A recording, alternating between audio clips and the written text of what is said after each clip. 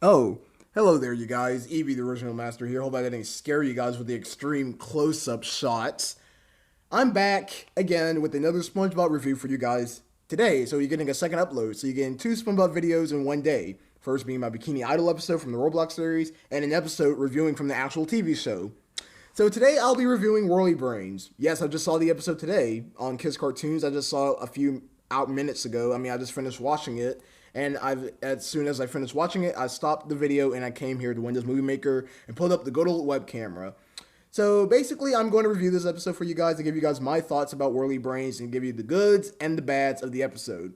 So without further ado, let's review the episode. So the episode immediately starts off with really stupidity writing. So we get SpongeBob Patrick and SpongeBob's house. Obviously, they were bored. They were playing. They had the sticks, right? And they're just hitting it with a cup. Already, the writers are brain dead. You seriously think you're gonna get me to laugh out of that? I'm 18, you guys. I don't find this hilarious. The reason if I find something funny in SpongeBob, I'll just chuckle like a little bit. Then I won't officially laugh out loud like in some occasions, but if I find something funny, I might chuckle a little bit, but I did not find anything funny about what SpongeBob and Patrick were doing. So you're telling me SpongeBob and Patrick are that brain dead to be that bored? They were so bored. They were just got these sticks and started hitting it with a cup. I don't know why the writers made them did that, but that's just how the episode is. So SpongeBob and Patrick are bored, and then they want to watch a. They didn't want to watch a TV commercial. They were sitting in front of the TV, and then the TV actually heard their conversation. So someone was like, "This is so boring, hitting a stick with a cup." And that's when a news announcer came up with this new thing called Whirly Brain. So what are Whirly Brains, you may ask? It's a really stupid device. All it is just a plunger that you put into your brain, and it just flies out of your head, and it flies around. So you're telling me Whirly Brains is a plunger? Oh my god. Nickelodeon, really? Whirly Brains is a plunger. If you've seen the episode, which I have, it was just basically a gray plunger that you just put on your head. Not in your head. You pop your head open, you put it on your brains, and it will fly out and just flies around. So basically, Whirly Brains is a plunger. A gray plunger in a box. So basically, you are selling plungers where you could easily give that to a plumber like Mario or some Brooklyn guy or something. This episode already is already giving me bad vibes over the fact that they can't create a good device. So SpongeBob and Patrick are obsessed with the Whirly Brain, so they fight for the TV and they end up breaking it. Oh my god, where is the humor at? SpongeBob and Patrick are a little bit too old to be behaving like this. Think about it. SpongeBob and Patrick has been acting childish throughout the entire years of SpongeBob SquarePants, and already their stupidity is beyond not. When I was watching the episode, I was actually thinking to myself, can they be that stupid to fight over the television? They break the TV, and then they go to the toy store and buy Whirly Brains. So someone was trying to get Patrick's head to open, and then he finds a mask inside the Whirly Brains box, which scares Patrick, and then his head opens up. Then Patrick did the same thing to the SpongeBob. He's got scared from the mask, his head opened up. They put the Whirly Brain plungers on their brains, and they started flying their brains around town. And that's basically this entire episode of them playing with the Whirly Brains. It's almost like SpongeBob Long Pants, where SpongeBob showed off his long pants, but this is almost like a more like an entertainment purposes for this episode. So SpongeBob and Patrick are playing Whirly Brains all throughout town, and then they're having fun with it. So they pranked Squidward with the Whirly Brains. We got Squidward taking a bath, and then so SpongeBob and Patrick flew their brains into Squidward's house, and then Squidward thought their brains were Martians from Mars, aliens from Mars. So he runs out of town butt naked, not putting on his shirt. He just leaves out of his house naked, freaking out over the aliens that are basically SpongeBob and Patrick's brains. Writers, really? You are really making Squidward do all these negative things. Come on now. Isn't that worse enough for him to be running around town naked with nothing on, really, Nickelodeon? Come on now. Not only the Whirly Brains are just plungers that you plop to your brains, we even got Squidward running around town helplessly naked. So there's another bad deed that SpongeBob and Patrick did with the Whirly Brains, where their brains swap these customers' cups. They were drinking it, and they spit it out on each other. And then they did another bad deed where they ruined Mr. Krabs's and Mrs. Puffs' date. So Mr. Krabs and Mrs. Puffs has been dating for 16 years. That's amazing, because they first dated in the episode Krusty Love from the second season, which was a pretty good episode. And so we got Mr. Krabs and Mrs. Puff having a dating relationship. And then they decided to pull off a fart joke where the brains passed gas. Really, Nickelodeon, you're going to do fart jokes now? Well, you're trying to bring out the comic relief. So we're going to do fart jokes in this episode. So yeah, they do fart jokes, and then Mr. Krabs and Mrs. Puff somehow enjoyed the fart gas. Then they find a kid who has whirly brains, who threw eggs at SpongeBob and Patrick, so they raced the kid with his brain. So there's a kid, SpongeBob and Patrick, racing their brains. They're using the fart gas. Oh yeah, I forgot to mention this. There's this really cool scene from the first time they played with the whirly brains, where they went through a hedge, and then they created a image of SpongeBob and Patrick having their arms folded each other that you can actually look up online. You know what I'm talking about. Remember the scene where the brains went through the hedge and then they made a SpongeBob and Patrick hedge? Yeah, you guys know what I'm talking about. You guys seen Whirly Brains. If you haven't seen Whirly Brains, I'll put the link of the video in the description. But if you have seen Whirly Brains, you've probably seen it. And I thought that was pretty cool. And the Whirly Brains even destroyed SpongeBob's house, obviously. SpongeBob's house. Sorry if I'm going through a little bit too fast. I'll try to slow it down a little bit. So back to the race. So the brains went to like a cop's house. So the cop grabs the brains and put it into a trash can. And that's when SpongeBob and Patrick realized that they lost their brains. So basically, this cop is jealous. So he's just on his rocking chair, just sleeping, and then he found the brains, grabbed the brains, and put them in his house in the trash can. And that's when SpongeBob and Patrick called Sandy for help. Oh my god, out of all people in the world, why do you have to call Sandy? Sandy is beyond stupid in this episode. She is beyond stupid. So Sandy comes along using like this radar device that she made last summer, and she starts dragging SpongeBob and Patrick. I don't know why she was dragging them. That's like friend abuse. And she realized that everybody else's brains were lost. So they find the cops' house, which has, oh my god, this is where I cringed the most. There was a sign that says no trespassing. Yeah, I was about to say trespassing. And guess what? They went inside the house anyways. There was a sign that says no trespassing, meaning if you go anywhere near their property, you could get arrested for that because you're not allowed to be on their property. So Sandy thought the guy said yes over the fact he was sleeping. Oh my god. Yeah, there we go. More stupidity in SpongeBob SquarePants. More stupidity, and it's coming from a scientific person. Oh, I see a sign that says no trespassing, so I'm assuming that the guy is sleeping and he says yes in his brain. So don't you mind if I go in? So they go inside, find the brains, and that's when the cop waking up and found SpongeBob, Patrick, and Sandy in their house. That's what I meant to say. So the cop and Sandy have a one-on-one argument, which was pretty okay. I think the argument was pretty funny, but Sandy had her body all up against the cop. I mean, step away from the cop, Sandy, or else you're gonna get arrested, because that's a cop, obviously. So wait a minute, if that was a cop, why was he calling the cops? A cop calling a cop. What sense does that make? A cop calling a cop. That makes no sense at all. Oh, I'm the police, so I'm gonna call another police to help me out. But you could have arrested them while they were already in your house to begin with, Mr. Cop, sir.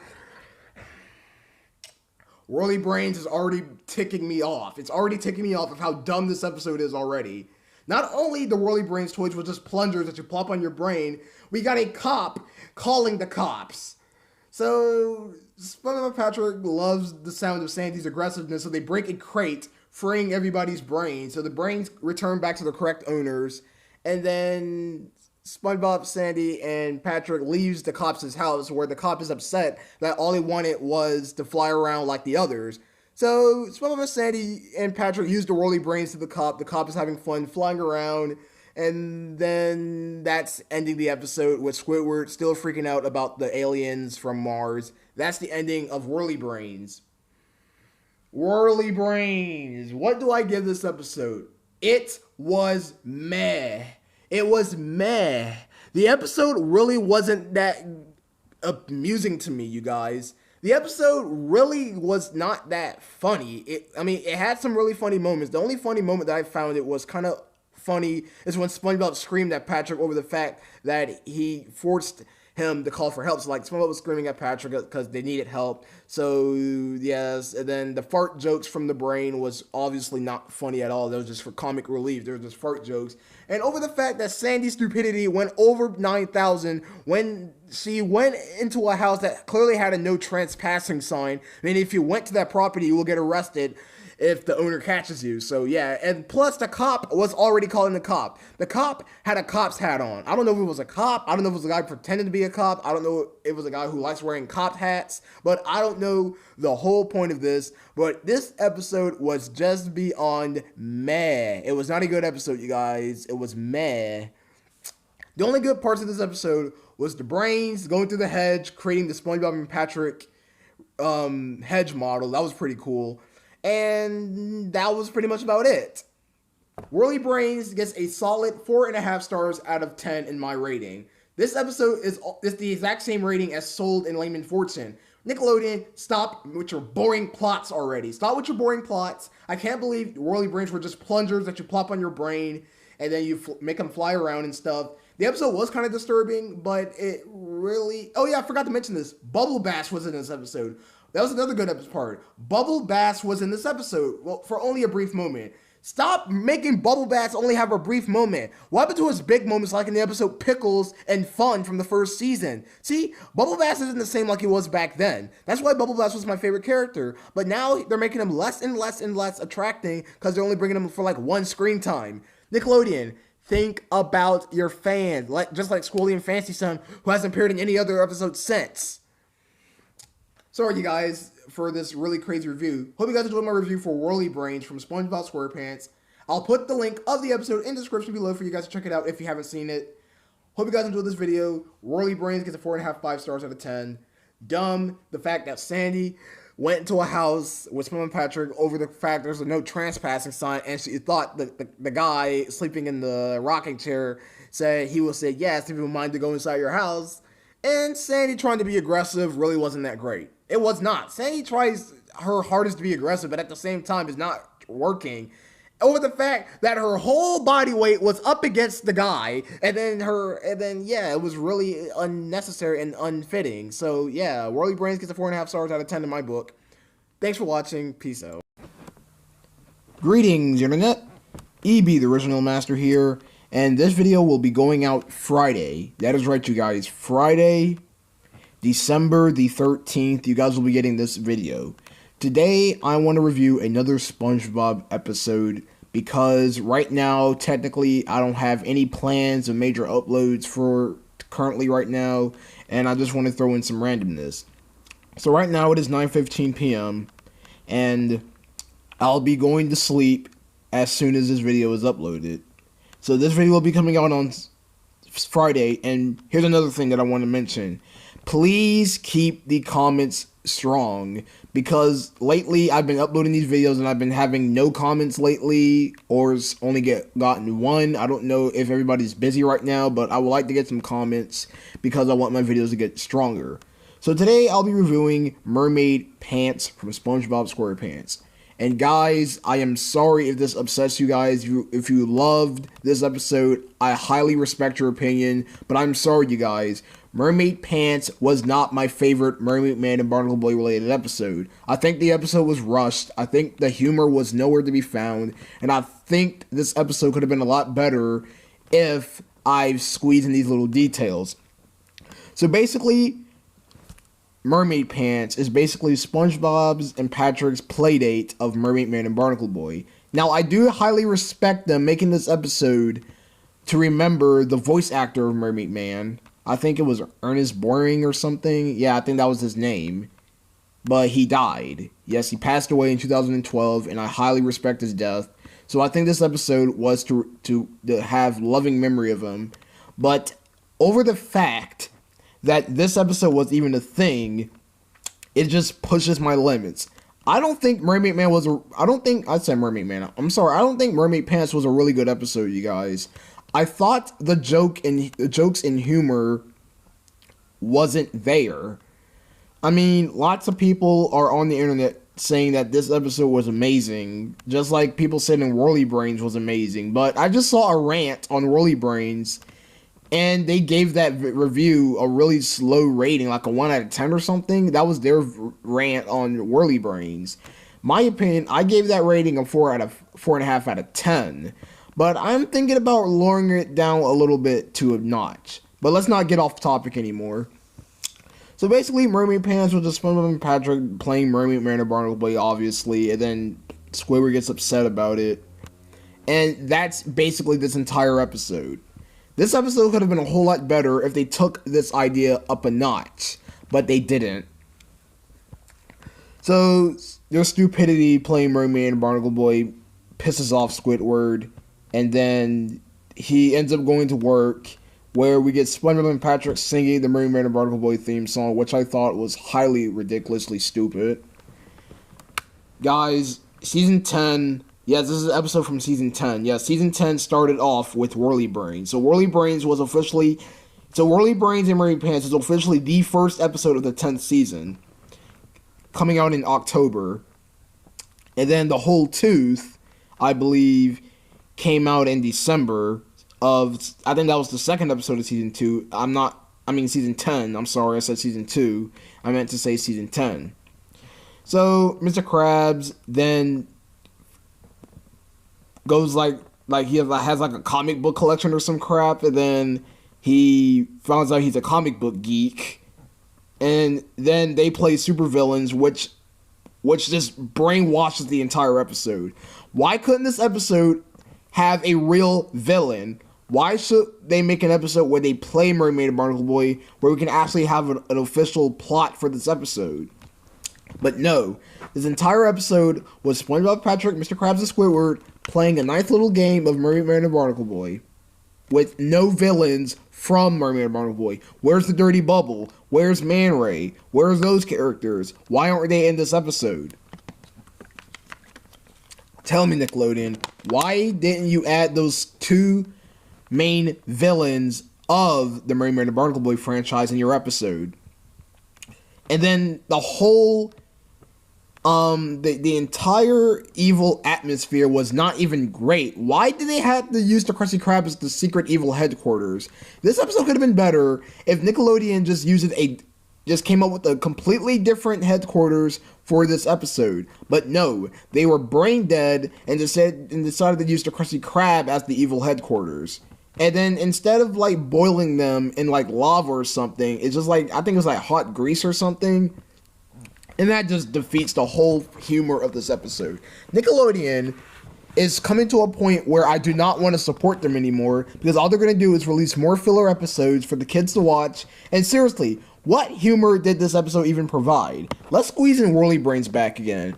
The fart joke humor. What adult or teenager who grew up with this show is going to find this hilarious? I mean, this is humor for like a 4-year-old or 3-year-old children or a child, not a preteen or a teen who have grew up with the show and wants to watch it just to see if it's improved.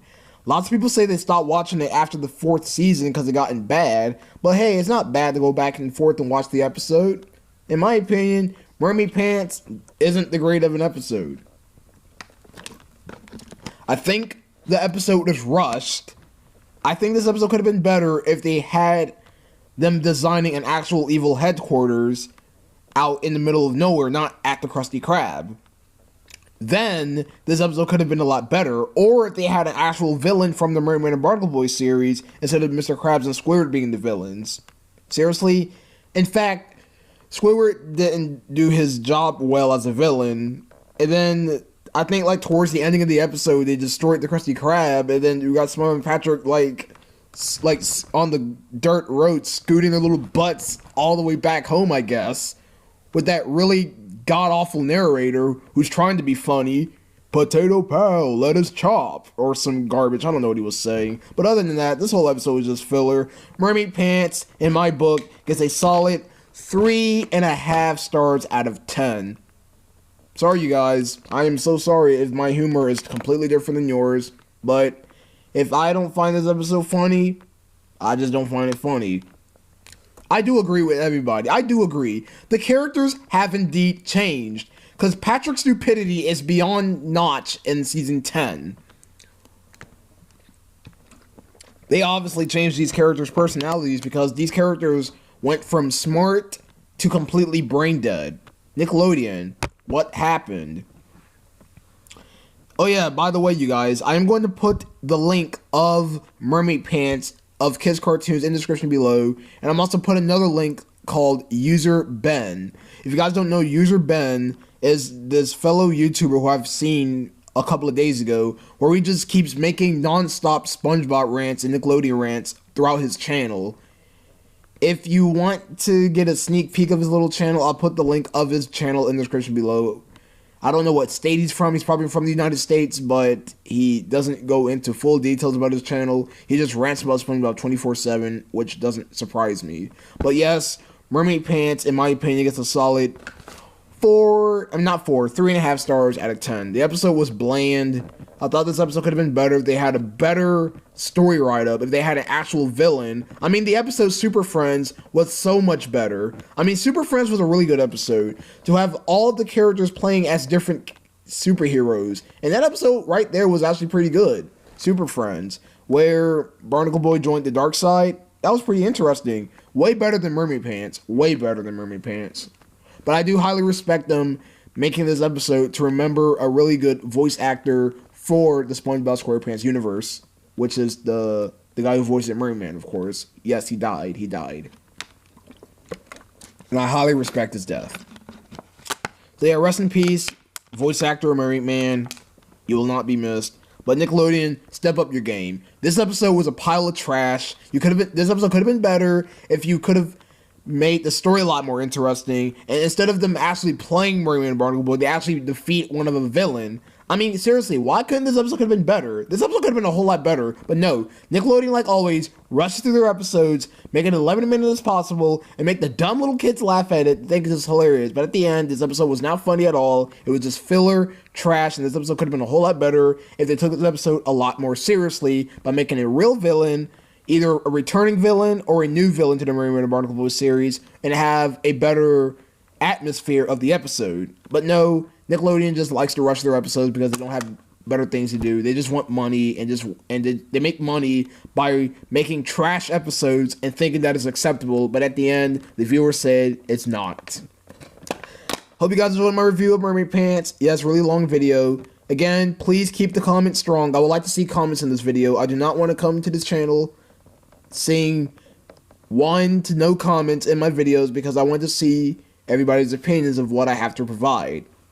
Hope you guys enjoyed this video of Mermaid Pants. Again, this video will be uploaded on Friday, January 13th. Oh yeah, by the way, Monster Trucks, that new Nickelodeon's movie that's coming out, that's coming out tomorrow. And by the way, McJuggernuggets is finally uploading his Psycho series BTS. That is coming out tomorrow at 6 o'clock p.m. Eastern, which I'm going to see. But that's completely off topic.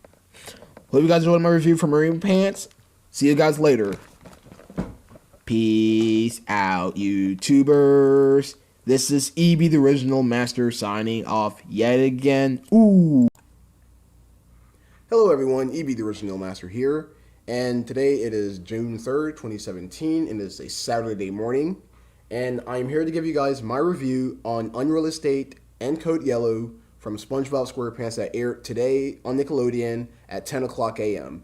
Right now it's 10:33 a.m. and I just finished watching the episode a few minutes ago. And it was time for me to give you guys my review about this episode. On these 2 episodes, actually. They're these 2 segment episodes. So let's start with Unreal Estate. So at the beginning of Unreal Estate, we got SpongeBob doing some morning work. Actually, he's like, so for some unknown reason, there were like barnacles, they're like barnacles attached to his house, right? And so he's trying to get them off, right? So actually, one of the barnacles that was actually on his house started to talk to him, and then so he like pulls out like a saw blade and like starts blading the barnacles off of his house, and then the barnacle regretted it. So then we get Squidward in his house painting a very odd picture of him stepping on top of SpongeBob and Patrick. It was a painting that Squidward was working on. And then, so since SpongeBob couldn't use the saw blade, he then uses a hose to wash the barnacles off. And this is where the stupidity comes along. Since SpongeBob's stupidity is beyond 9,000 in this episode, he was screwing up with the hose, and then he started like flying around in circles with the hose, and then the hose accidentally went through Squidward's house, and then Squidward got washed away in his own house from the hose, and then SpongeBob turns off the hose, and then Squidward gets very angry. I mean, SpongeBob, come on now. You're supposed to be an adult. Act like an adult. Stop acting like you can't do stuff, SpongeBob. This is why I don't like modern SpongeBob. It's because they got SpongeBob doing some really stupid things. I mean, why can't they make him have brains for once? I mean, come on now. Have some brains, SpongeBob. You're supposed to be a smart character. Well, I mean, Sandy's supposed to be the smart character, but not for SpongeBob's case. So then SpongeBob begins to start sneezing, and then Squidward makes an excuse that SpongeBob thinks he's allergic to his house. And then SpongeBob said, "No, I can't be allergic to my house." He starts sneezing. It's probably from the barnacles. And so he goes into his house, and then guess what the plot was? So the plot is that SpongeBob thinks he's allergic to his house. And so Squidward decided to take out a pepper shaker, or I think that's what it's called, a pepper shaker, but it comes with a handle that you crank it, and then the pepper comes out. He decides to trash SpongeBob's entire house with pepper for him to be allergic to his house so he can move out. I mean, Squidward made a good point, but tell Nickelodeon that. Nickelodeon, we are in season 10 of SpongeBob SquarePants, and you're telling me that SpongeBob is still living with Squidward? You could have had SpongeBob moved out a long time ago, dude. I mean, you had all this time to do it, but since this show does not go in a chronological order, they can't physically make an episode where SpongeBob actually moves out and stays out of Bikini Bottom forever. So then Squidward covers SpongeBob's entire house with pepper. Gary was sleeping with SpongeBob during the night, finds Squidward and attacks him. It's like Gary's supposed to be like the guard worm of the house, I think. Or the guard snail, whatever you want to call it, like to guard the house and make sure nobody robs it at night. Finds Squidward, attacks him. SpongeBob's saying, you guys are just playing. Oh my God, SpongeBob, stop it. Stop being so stupid. I mean, think about it. You obviously seeing your own snail attacking your neighbor, so you got to at least do something. So SpongeBob wakes up the next morning sneezing, doing all these bad things because the pepper is making him sneeze. So then he has to move out of his house. So Squidward is suggesting that he should go find a new house, over the fact that he's sneezing, and because of the pepper that Squidward that he invaded his entire house in, or infested his entire house, or you can say cover it. Again, I don't write scripts, so please excuse me. I just saw this episode today, so I'm gonna give you guys everything that I mentioned. So then SpongeBob and Squidward goes house hunting, and this next few scenes was when the episode became really funny. So they did 3 variations of the SpongeBob theme song. You know the SpongeBob theme song, Who Lives in a Pineapple Under the Sea? So they did 3 variations of it. The first variation was a banana house. So SpongeBob's first house was a banana. He opens up at his front door, slips on a banana peel. Pretty comic relief, I guess.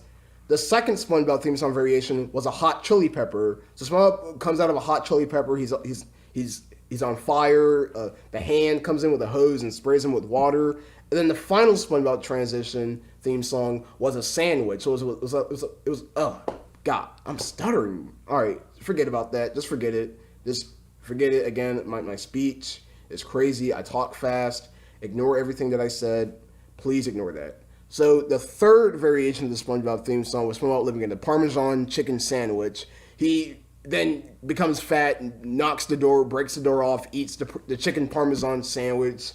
And then SpongeBob said to himself, I don't like all these. I don't like any of these houses. So then the next house that he went, that Squidward showed him, was this really rusty old house. So it was like a really rusty old house. And so it was like a really rusty old house. And then SpongeBob finds the house to be really nice.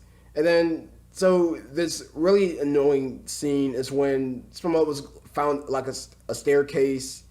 Then he kept like sliding down the staircase, knocking Squidward off for some unknown reason.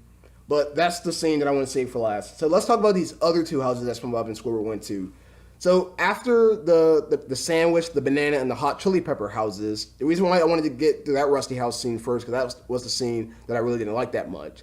So then they found a drawer. They found a drawer out in the middle of nowhere with a door, and then there's like a lever that opened the drawers open that kept hitting Squidward. See, this is basically a Squidward torture porn episode, because SpongeBob won't stop acting childish around Squidward. So he then pulls the lever around, the drawers keep knocking him in the face, and then to me, that really wasn't that funny. It was just really stupid and childish, and I don't know why SpongeBob is acting like that.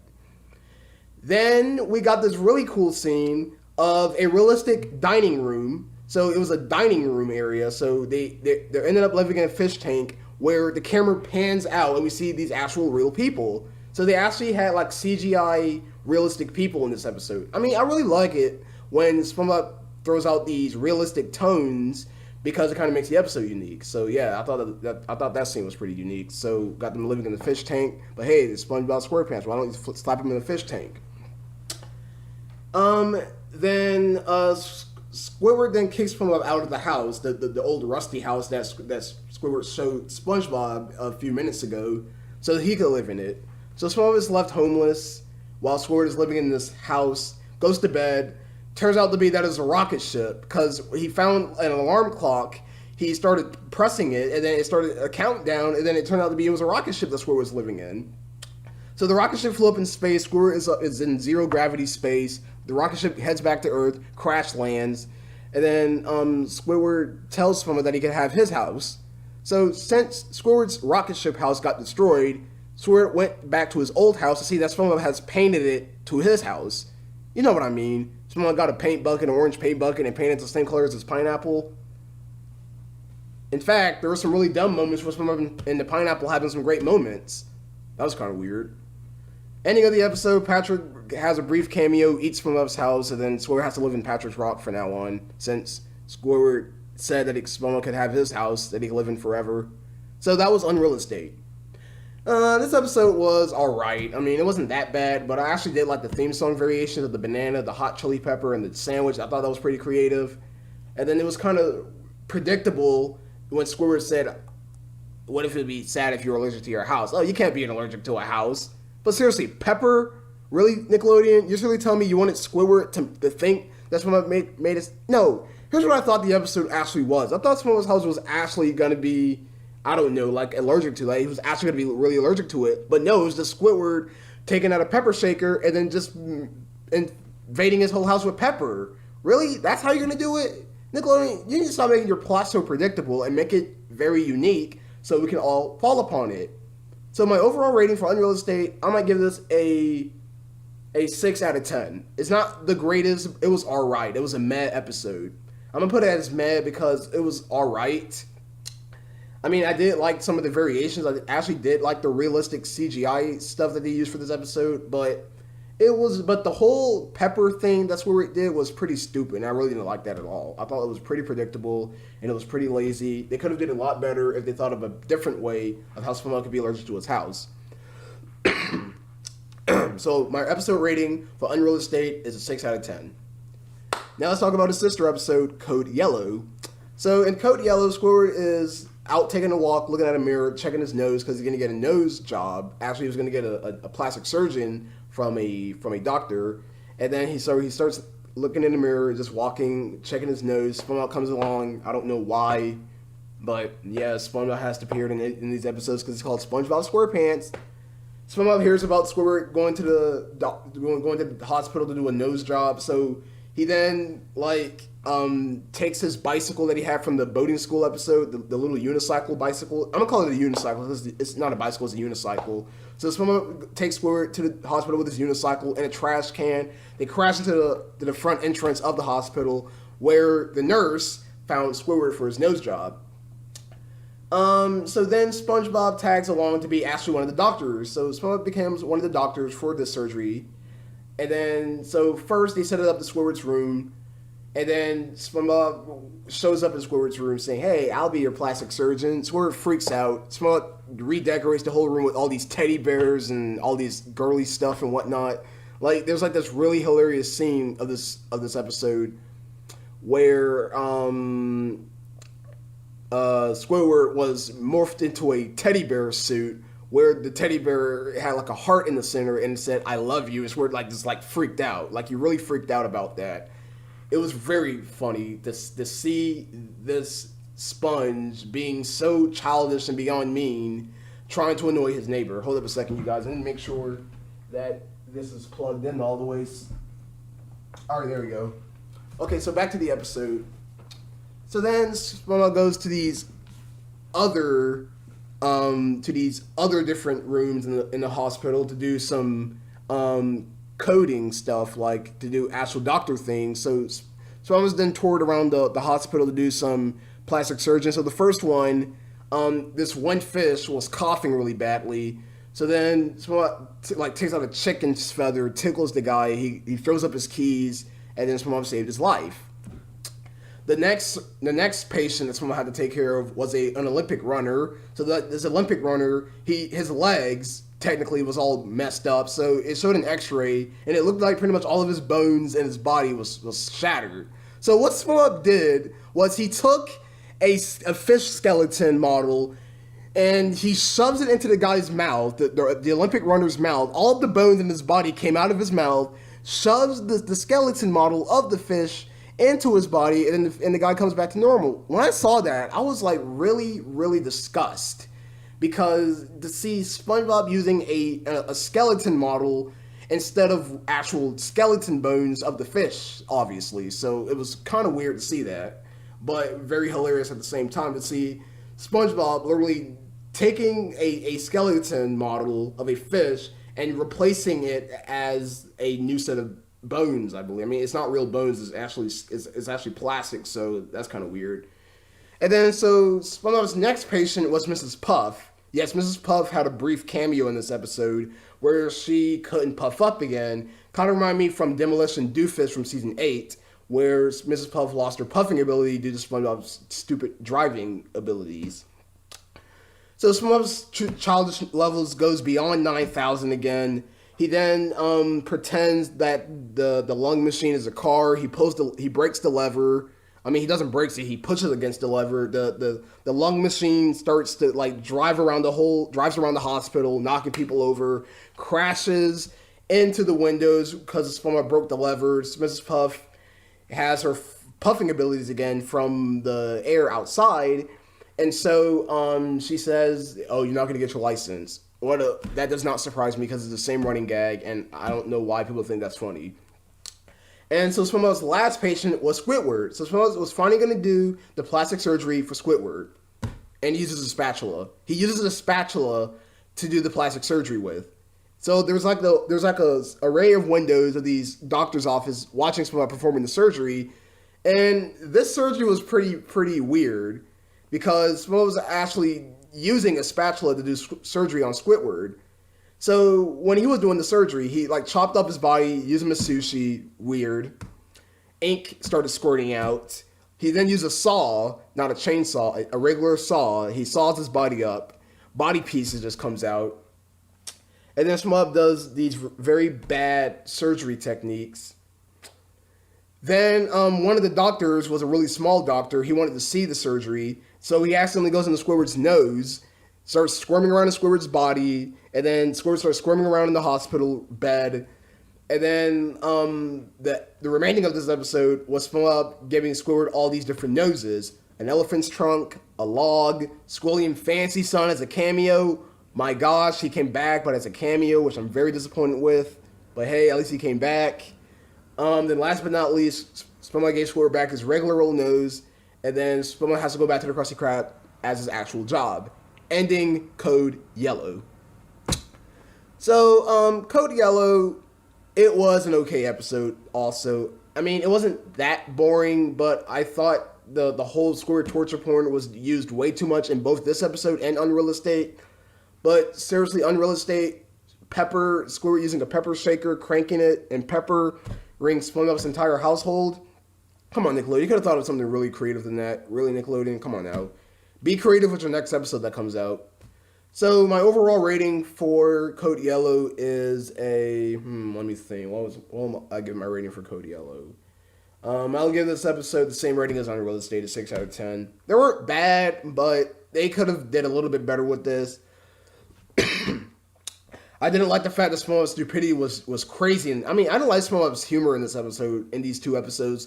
They made SpongeBob such a dumb character in these episodes. That's what I meant to say, in these episodes, because SpongeBob is usually not that dumb. He's supposed to be like a smart little character, but he does act dumb in some occasions. But in these episodes, they made him so dumb, it was just like, why? Why they have to make SpongeBob like this? I mean, Tom Kenny, why wasn't Tom Kenny pleased about it? I mean, geez, it's weird. And yeah, so both Unreal Estate and Code Yellow gets a 6 out of 10. Well, I hope you guys enjoyed my review for Code Yellow and Unreal Estate from SpongeBob SquarePants. Again, sorry if I stuttered and sorry if I gave out some really weird dialogue. I just saw the episode today on on Nickelodeon on the television. So I cannot put a link because the episode isn't out yet online. So if you haven't seen this episode yet, I'm very sorry if I spoiled it. It's because that's how I do my reviews. I spoil. It's not my fault. I mean, it kind of is my fault, but if you guys choose to watch these episodes, you may. But if you want to avoid spoilers, please, for the love of gosh, do not click on this video, because I pretty much spoiled majority of these episodes, what I meant to say. But yeah, that's all I have to say for Unreal Estate and Code Yellow. Thanks for watching. Have a great Saturday. Sayonara.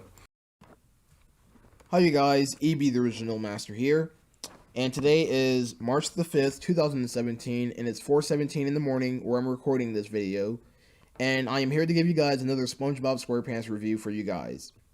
So today I'll be reviewing Mimic Madness and Housewarming, the two brand new episodes that came out on February 25th. So, this episode came out on February 25th on Nickelodeon. I didn't get a chance to see it on the day it aired, so I saw it today on kidscartoons.com. It's already been uploaded to that channel. So if you guys want to see this video, if you haven't seen it yet, or you want to see it again for, I don't know, nostalgia purposes, the link of the review will be provided in the description below. Because this review will contain spoilers, meaning I will spoil the entire episode from beginning, middle, and end. So Mimic Madness begins at the Krusty Krab, where Mr. Krabs is doing a soldier routine. So he has a soldier's hat, and he has a whip, where he's giving out orders to SpongeBob and Squidward. SpongeBob is impressed that Mr. Krabs is doing his awesome Navy impression, so he then does a reference from the Bubble Stand episode by putting on these foam gloves, has like this red face painting saying, "Bring it around town, bring it around town," from the Bubble Stand episode from the first season, which that episode was pretty hilarious. Then SpongeBob gets whipped by Mr. Krabs because he was like celebrating, I guess, and then Mr. Krabs whips Squidward, which knocks a mask off his face, which he turns out to be sleeping. So Mr. Krabs then goes into his office, where Squidward then begins to mimic him. So SpongeBob laughs at it, and then Mr. Krabs comes from the cash register saying, "I know you're not trying to mimic me, Squidward. I know you're not trying to mimic me," or whatnot. So Squidward says, "Oh, Mr. Krabs, why are you freaking out? Have you ever heard about people imitating you or doing an impression?" Mr. Krabs doesn't like Squidward's impression, so he tells him to cut it out. So since SpongeBob likes Squidward's imitation so much, he then tries to imitate his other friends. So his first imitation was at this father. He was a fish with a group of these kids freaking out because they really weren't freaking out. They were like, they were kids, so they were like literally like screaming and having a good time. Where SpongeBob comes in with the Krabby Patties, giving it to the fish and the kids. So the fish dad, the father, this father fish tells the kids to like eat their Krabby Patties and whatnot. So SpongeBob actually mimics the fish by actually changing his form into that. So he changes his form into the fish guy, or the father fish, and then starts mimicking him. The dad fish likes the impression so much. Then SpongeBob leaves, and then the dad fish says, "Eat your Krabby Patties right now, eat it." So he literally slams his fist on the table, yells at his own children to eat their Krabby Patties. Excuse me. So then SpongeBob goes into the kitchen, where there's a whole group of customers waiting in line for their food, obviously. So they're in line waiting for their food, and Squidward is then taking the orders, where SpongeBob then tries to mimic Squidward. He then changes his form into Squidward, mimics him, and then Squidward and the customer starts laughing. So basically, SpongeBob likes mimicking and imitating his friends so much, so he decides to do it pretty much like all day. So then he does like this other impression of like a really hanky fish guy or a hanky man or something. And then, yeah, so he tries to mimic his friends all day. So then we get a scene of Patrick outside of the restaurant, the Krusty Krab, eating from the trash can. I don't know why Patrick was eating from the trash can. He just found a Krabby Patty, like a day-old Krabby Patty, in the trash can. He eats it. Then SpongeBob tries to mimic Patrick by changing into his form. So SpongeBob imitates Patrick, and then Patrick comes out saying, "Oh, so you must be me. So you must be an imitation of me." Then SpongeBob reveals to be that it was just him all along trying to mimic Patrick. Oh yeah, another thing, you guys. I'm gonna try to limit the hand movements that I'm doing, is because I think that gets annoying at some times. So I'm gonna try to avoid doing the hand gestures by like wailing my hands like this, because it's really annoying. So basically, SpongeBob mimics Patrick. Then Patrick's like, "Oh, so you're not trying to mimic me. You can't fool me, SpongeBob. You can't fool me. Haha, Patrick, I got you. I was just trying to impersonate you." Then we then get a scene of Sandy and Plankton playing chess. Why? I honestly don't know. I don't know why the writers all of a sudden making Sandy and Plankton like be friends all of a sudden, because they really weren't friends to begin with. They were actually enemies to each other. So basically, Sandy, Plankton playing chess. SpongeBob finds out that they're playing chess, so he tries to mimic Sandy and Plankton, which he nails at it perfectly. So he literally changes his transformation, where like Sandy on one side and Plankton on the other side. It's really disturbing to see SpongeBob trying to shape his form to mimic his friends. SpongeBob nails it pretty good, causing Sandy to enjoy it. Plankton's like, you did a pretty good job, but your voice of Sandy was pretty annoying. Well, I do agree with Plankton, but SpongeBob nails Sandy impression pretty well. But that still defeats the purpose of why Sandy and Plankton was playing chess to begin with. Then afterwards, SpongeBob goes back to the restaurant, the Krusty Krab. Then he mimics this one fish. Can I have some extra napkins? And then SpongeBob mimics him, repeating the exact words that he said. The fish freaks out, gets angry, flips the table over. Stop mimicking me, you freak! So it's like saying, "Stop mimicking me, you freak." And then Mr. Krabs then tells Sandy, who randomly appeared at the restaurant. We didn't get a transition of her walking to the restaurant. She just automatically was there. I don't know what were the animators thinking, not trying to like make a transition of her trying to walk into the restaurant or whatnot, but she was already there. I don't know why. But yeah, we never got a storyboard transition of her walking to the restaurant because the animators are that lazy. Then Mr. Krabs tells Sandy that SpongeBob has a very terrible case where he mimics too many people, where he can't be himself anymore. So then Sandy comes up with an idea with Plankton, Patrick, Mr. Krabs, and Square being involved to tell him that SpongeBob could just be himself. So then they go to SpongeBob's house. SpongeBob's like, "Oh, hey guys, let me try to mimic all of you." So he then transforms himself into all of the characters inside of his house, where everybody freaks out about it. So Sandy convinced SpongeBob to be himself. SpongeBob can't, because his mimicking madness is going haywire, where his body keeps shifting to all these shapes and forms, trying to mimic his other friends. So SpongeBob freaks out, saying, "I'm a freak, I can't be myself." So he then runs off to be alone. Then SpongeBob decides to hide in the cave. He decides to hide in the cave, where he then transforms into an owl. I don't know why he was an owl saying, "Hoo, hoo, hoo, hoo." They're sounding like "who" and whatnot. So then he starts singing a song about why he can't be himself. Who am I? Who am I? What makes me different than the others? So basically he starts singing this really well-written song. It was actually a well-written song. It was really well-written, where SpongeBob's constantly transforming his body shape into these other characters while singing why he can't be himself anymore. He transformed into Pearl. He transformed into the other characters that he already did, SpongeBob. Then transformed into like this other guy singing this really, really well-written song about why he can't be himself. Then the gang, Sandy, Mr. Krabs, Patrick, Squidward, and Plankton finds SpongeBob's trails of tears in the cave, where they try to bring him back to normal. SpongeBob's mimic madness goes haywire, where he can't be himself anymore, so the only way to turn SpongeBob back to his normal self is by trying to mimic him. So Sandy pulls out a yellow paint bucket, paints himself yellow, try to mimic SpongeBob, where it's not working anymore. So it's really not working, so Sandy does his, like, I'm a square, I'm yellow, whatnot. So Patrick's like, "Oh, I'm SpongeBob, I like Krabby Patties made out of lard." That had me cracking up a bit. Then Mr. Krabs tries to mimic SpongeBob's laugh by... First he does his laugh. Mr. Krabs does his famous hearty laugh.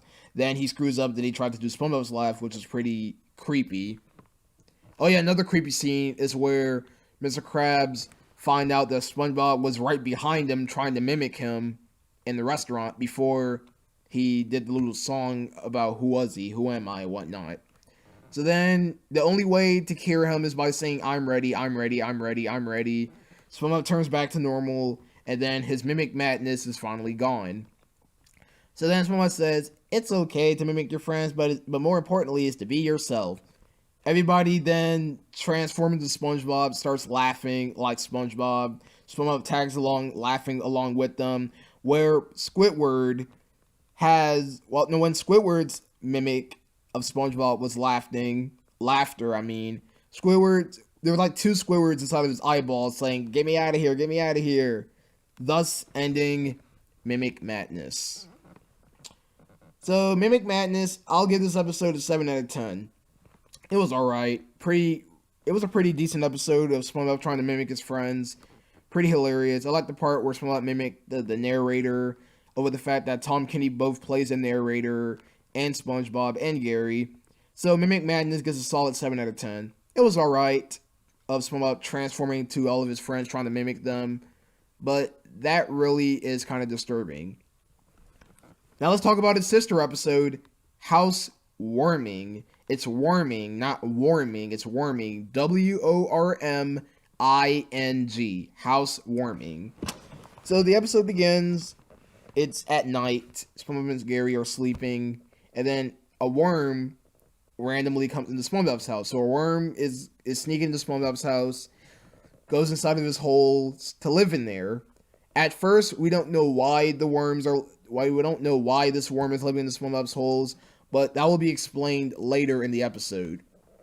So then SpongeBob wakes up, realizing that there's something inside of his body. So then Gary goes inside to investigate. He finds the worm inside of SpongeBob's holes, freaks out, and then he goes into his holes trying to get him out. Then SpongeBob finds out that there's a worm living in his hole. The worm starts talking in this weird he was talking like that. I don't know why. To add humor, but the worm's voice was really, really aggravating and annoying at points. So this woman was like, well, Mr. Worm, I can't have you living in my holes because people might find me as a freak or whatnot. The worm starts crying. SpongeBob feels guilty, then say, you know what? It doesn't matter. You can live in my holes.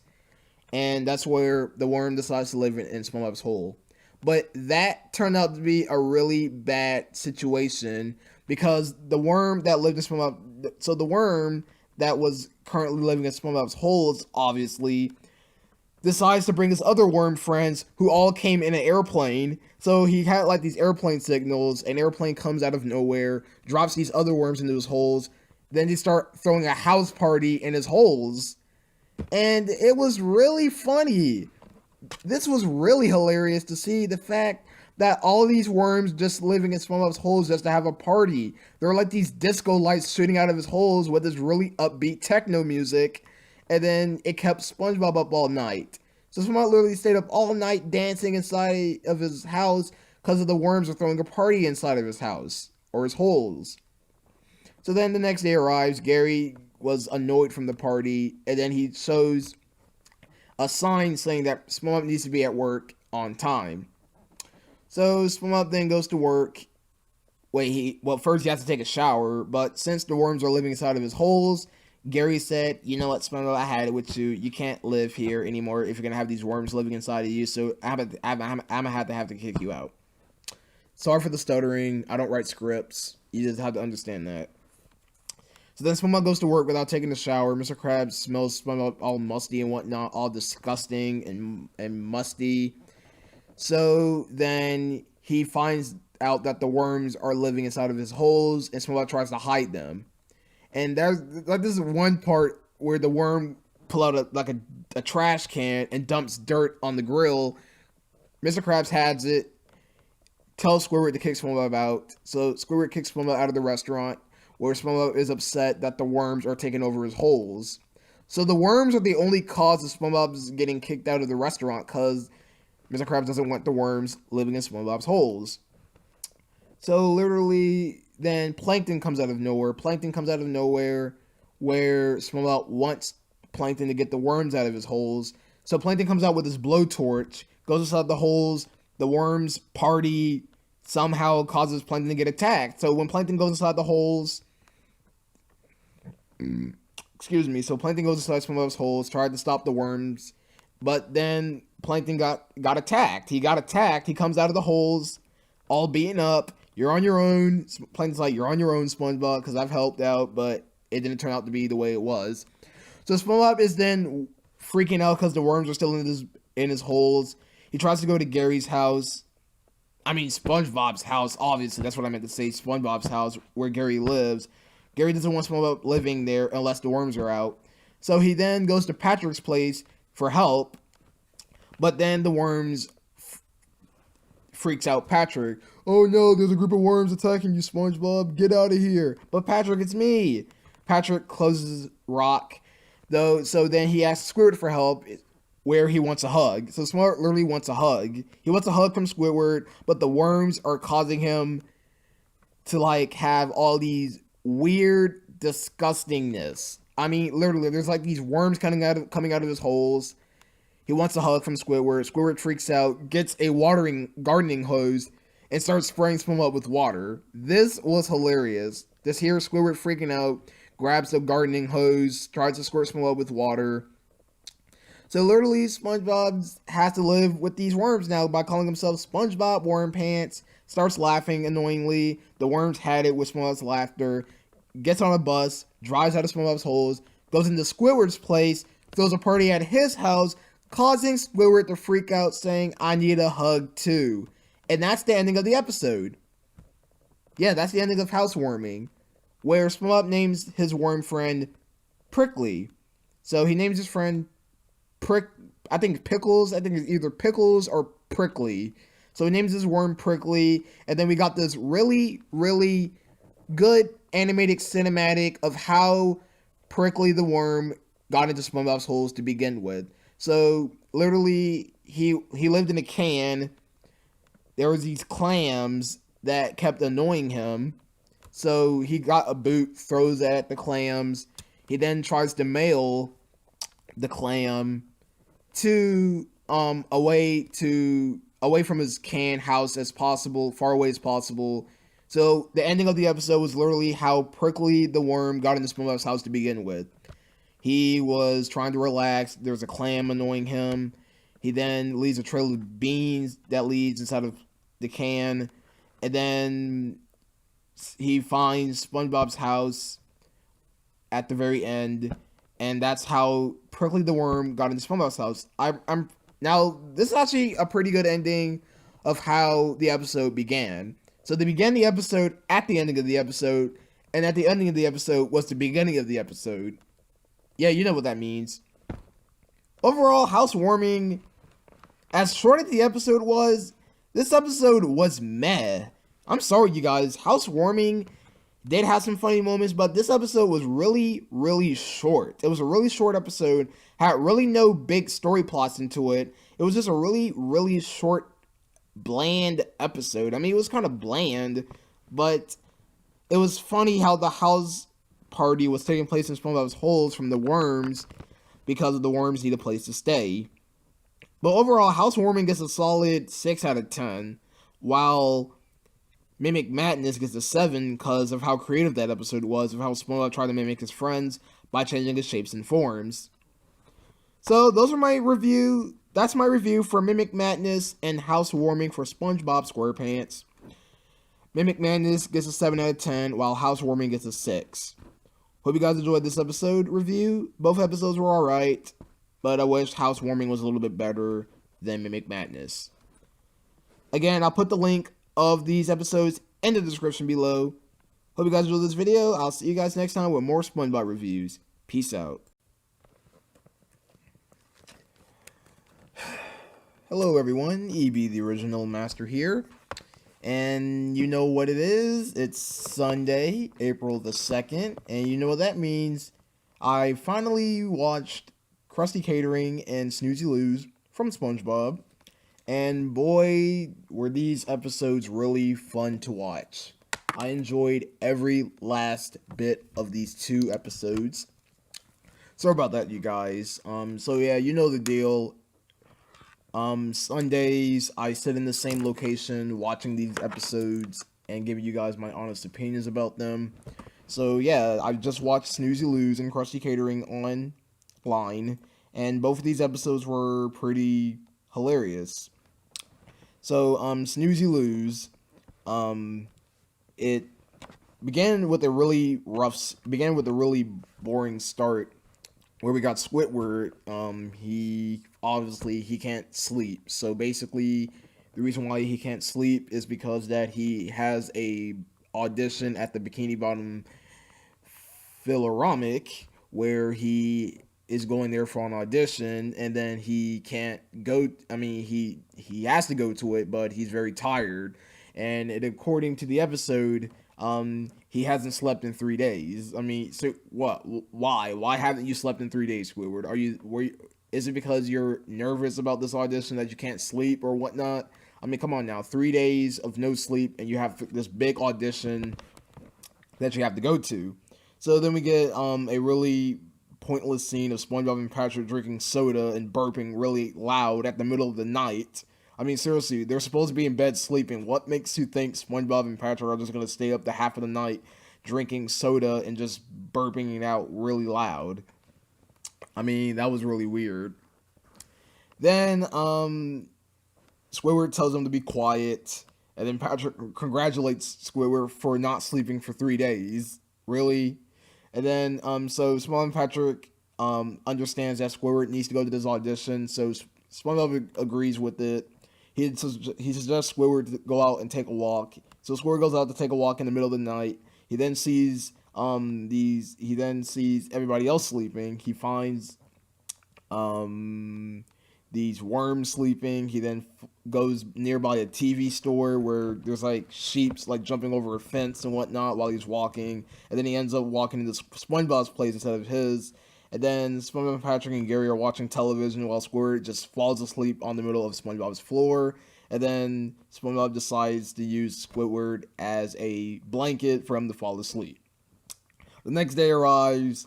Patrick wakes up, freaks out that he sees his rug, and then SpongeBob tells him that he's in his place, where Patrick then proceeds to play around in his rug, which I thought was really, really ridiculously stupid and crazy, but kind of hilarious at the same time. So SpongeBob and Patrick then comes up with an idea to use Squidward as a puppet for him to get to his audition. So SpongeBob and Patrick are literally inside of Squidward's body to control him to his audition. So there's like some really hilarious moments of this scene where SpongeBob and Patrick are controlling Squidward inside of his brain to get him to his audition. So we got everybody freaking out about Squidward. There's like this one part where they knocked over this lady, like she like flew into the air, then she like blew up. I mean, I don't know how that occurred. I mean, how can you automatically blow up when someone knocks you over? I mean, were they trying to add the humor, or were they just doing that for entertainment purposes? I think that was for entertainment purposes. Then they got stopped by a police officer where he said, "Hey, this is a no dancing zone, so you can't dance over here." So then we got all of these surrounding characters, and surprisingly, the hash-slinging slasher from the Graveyard Shift episode from the second season made a cameo. Yes, the guy who was the hash-slinging slasher was actually there in that episode as a cameo, which was pretty well occasionally. So they arrive on the bus, and then they made it to Squidward's audition. So I think the judge for the audition had so many bad performances. So that's when SpongeBob and Patrick arrived at the audition, where they decided to play on Squidward's clarinet. So since SpongeBob and Patrick are controlling Squidward, they made him play the clarinet very, very well. And then so they perform the song, and then Squidward realizes SpongeBob and Patrick are inside his body. He tries to get him out. Squidward then vomits SpongeBob and Patrick out of his body, where he proceeded to play his clarinet by himself, which resulted very terribly. This scene was very funny. So Squidward's clarinet was so bad, like it then showed these real life locations where these birds flew away, of how bad Squidward's clarinet playing was. It showed like these buildings crashing into each other. I was like, please don't tell me they're trying to do a 9/11 joke. If they actually did show the World Trade Center getting blown up, then that would have been really, really disrespectful. Then at the ending of the episode of Snooze You Lose, they're on the bus. Squidward then finds a clone Squidward. Oh yeah, here's what I forgot to mention. So SpongeBob and Patrick decides to create another Squidward to roam around Bikini Bottom, and it turned out to be that Squidward, the Squidward that SpongeBob and Patrick created, turned out to be that he was the one who did the wonderful performance.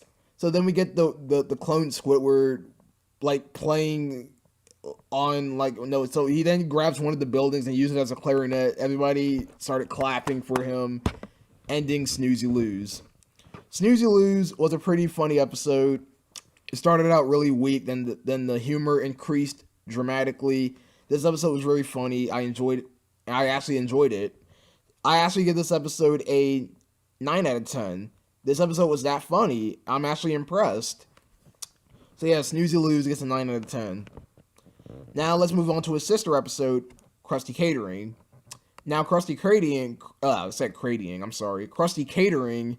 The episode begins so basically this whole episode is SpongeBob, Mr. Krabs, Patrick, and Squidward doing a catering for a kid's birthday party. So there's a lot of kids.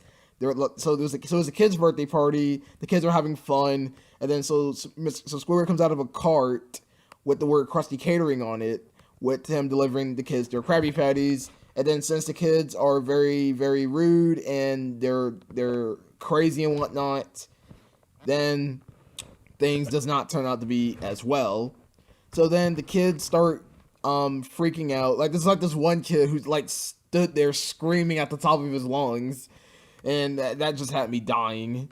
And then so yeah, then SpongeBob like transformed himself as a trampoline, I guess. So the kids were like jumping on the trampoline made from SpongeBob. And then there's like this one kid who's freaking out over a birthday cake. I want my birthday cake. That was the running gag of this entire episode, of that one kid looking up for Mr. Krabs, screaming that he wants a birthday cake. I mean, it kind of gotten stale at some occasions, but it actually kept this entertainment humor about this one kid freaking out over a birthday cake. So the kid's birthday party turns into a living hell, where the kids are causing SpongeBob, Patrick, and Squidward to freak out a little bit. So then Patrick decides himself as a clown. He then makes all these balloon animals, and then there's like this one particular customer who came to inspect the catering, where they provide high quality catering. So out of nowhere, we get this really weird, buffed up lady. I mean, she had a really weird design. I mean, her stomach is like all the way up to here. She had a really odd looking design, and I don't know what were the writers thinking, or the character designers who designed the characters for this episode. I don't know why they made her this design, but it was highly weird. So then, excuse me. So then she comes telling SpongeBob, Mr. Krabs, and all the other characters that they're having like this catering where she expects high catering for her little restaurant. So she has a restaurant. It's not the Krusty Krab though. It's like this jewelry-shaped, treasure chest-shaped restaurant where SpongeBob, Mr. Krabs, Patrick, and Squidward are going there to get paid big money. So they then dress up in tuxedos from Squidward. So obviously Squidward inked everyone, making the tuxedos and everything. So they go to this high-quality restaurant where they're going to be catering there. So things turned out to be really well. It turned out to be great at first, where SpongeBob started serving these Krabby Patties. They're not Krabby Patties. They're actually meat. No, they're patties, but not Krabby Patties. I mean, the burgers. I mean, SpongeBob then makes these patties with these jewels inside of them, in which Patrick serves to the customers. So the customers eat the jewel meat patties, which they enjoy. And then Patrick then makes it worse by keep complaining that it was his. So he then attacks everyone. He starts grabbing all their food and start eating it. And then yes, it doesn't turn out smoothly. So yeah, that's this entire episode. SpongeBob, Patrick, Mr. Krabs, and Squidward catering for this restaurant. Then Squidward finds this group of musicians playing music, where Squidward wanted to join along with the band. But every time Squidward joined in, no. Let me rephrase that. I'm sorry, you guys. Let me rephrase that. I'm sorry if my dialogue is not the greatest. I don't write a script. It's because that's not how I am with these reviews.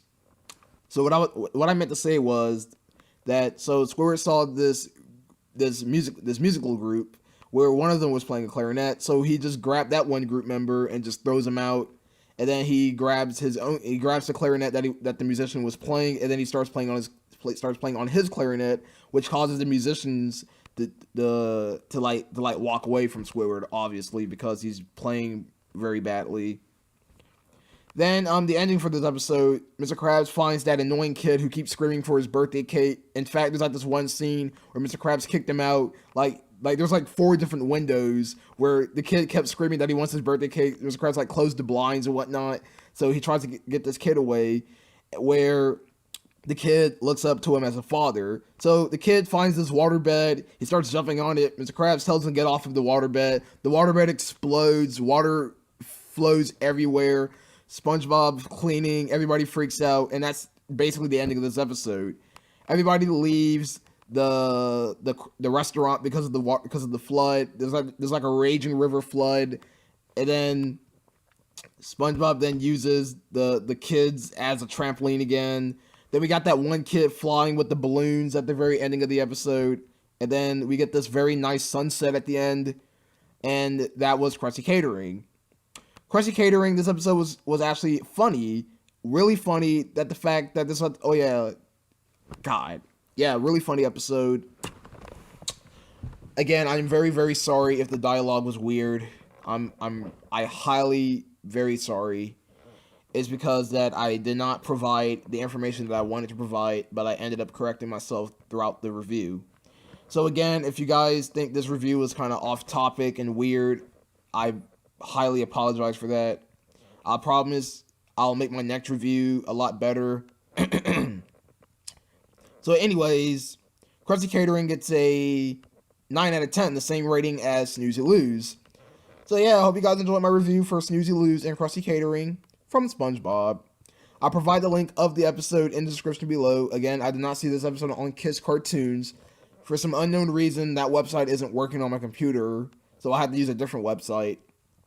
But it doesn't matter. The episode is still online. It's actually on Nickelodeon.com. You know, I'll just put the Nickelodeon link in the description because it's the same episode. It's the same episode. Doesn't matter what website you're using. It's the same style episode, same episodes, but on a different website. So yeah, both Snoozy Lose and Krusty Catering gets a 9 out of 10 in my book. Really funny episodes. Oh yeah, I want to mention one more thing in Krusty Catering. So this one scene in the episode where this one kid was, it was actually the kid who was demanding for the birthday cake. So there was like a plankton piñata. There's a piñata shaped like plankton where he was trying to hit, but then he ended up hitting Mr. Krabs, which he cracked open and money came out. That was a very funny moment. And that's all I wanted to mention. Again, sorry for the weird dialogue for this review. I apologize for that. I'll make my next review a lot high quality. Thanks for watching, you guys. Peace out. Good morning, fellow YouTubers. And yes, I'm sitting in the exact same location as I did in my last SpongeBob review that I done. Because I've decided to sit here again in my good old recliner chair to give you guys some 2 episodes that I've just watched from SpongeBob SquarePants of the 10th season. SpongeBob's Place and Plankton Gets the Boot. So these 2 episodes came out on the day of the Kids' Choice Awards 2017 on March 11th. I didn't see it when it came on the air because I wasn't interested into it. So some kind fellow people of the kidscartoon.net community decided to upload the episode to Kids Cartoons, where I physically watched them via my laptop, obviously. So I'm going to give you guys the goods and the bads of these episodes that came out on March 11th. And to be honest, you guys, I am really not a fan of these 2 episodes. So basically, SpongeBob's Place is basically just basically SpongeBob trying to like make his own restaurant in his house. That's basically what the whole episode is. Instead of me talking about every bit of information for this episode, I want to keep this as short as possible because this episode really wasn't that great in my opinion. I think SpongeBob's Place is a complete ripoff of Krusty Sponge and Band in Bikini Bottom. Both of those episodes came from the 5th season. So let me recap those episodes real quick. In the episode of the Krusty Sponge, the Krusty Krab started making these SpongeBob merchandises for the restaurant, where SpongeBob became the main icon for the restaurant. And then the episode Band in Bikini Bottom, a food critic, it was like a lady or something who came to the Krusty Krab and criticized how bad the restaurant was and decided to ban it. So they went to SpongeBob's house to replace the Krusty Krab as their own restaurant. So already SpongeBob has already made a restaurant of his own in his place.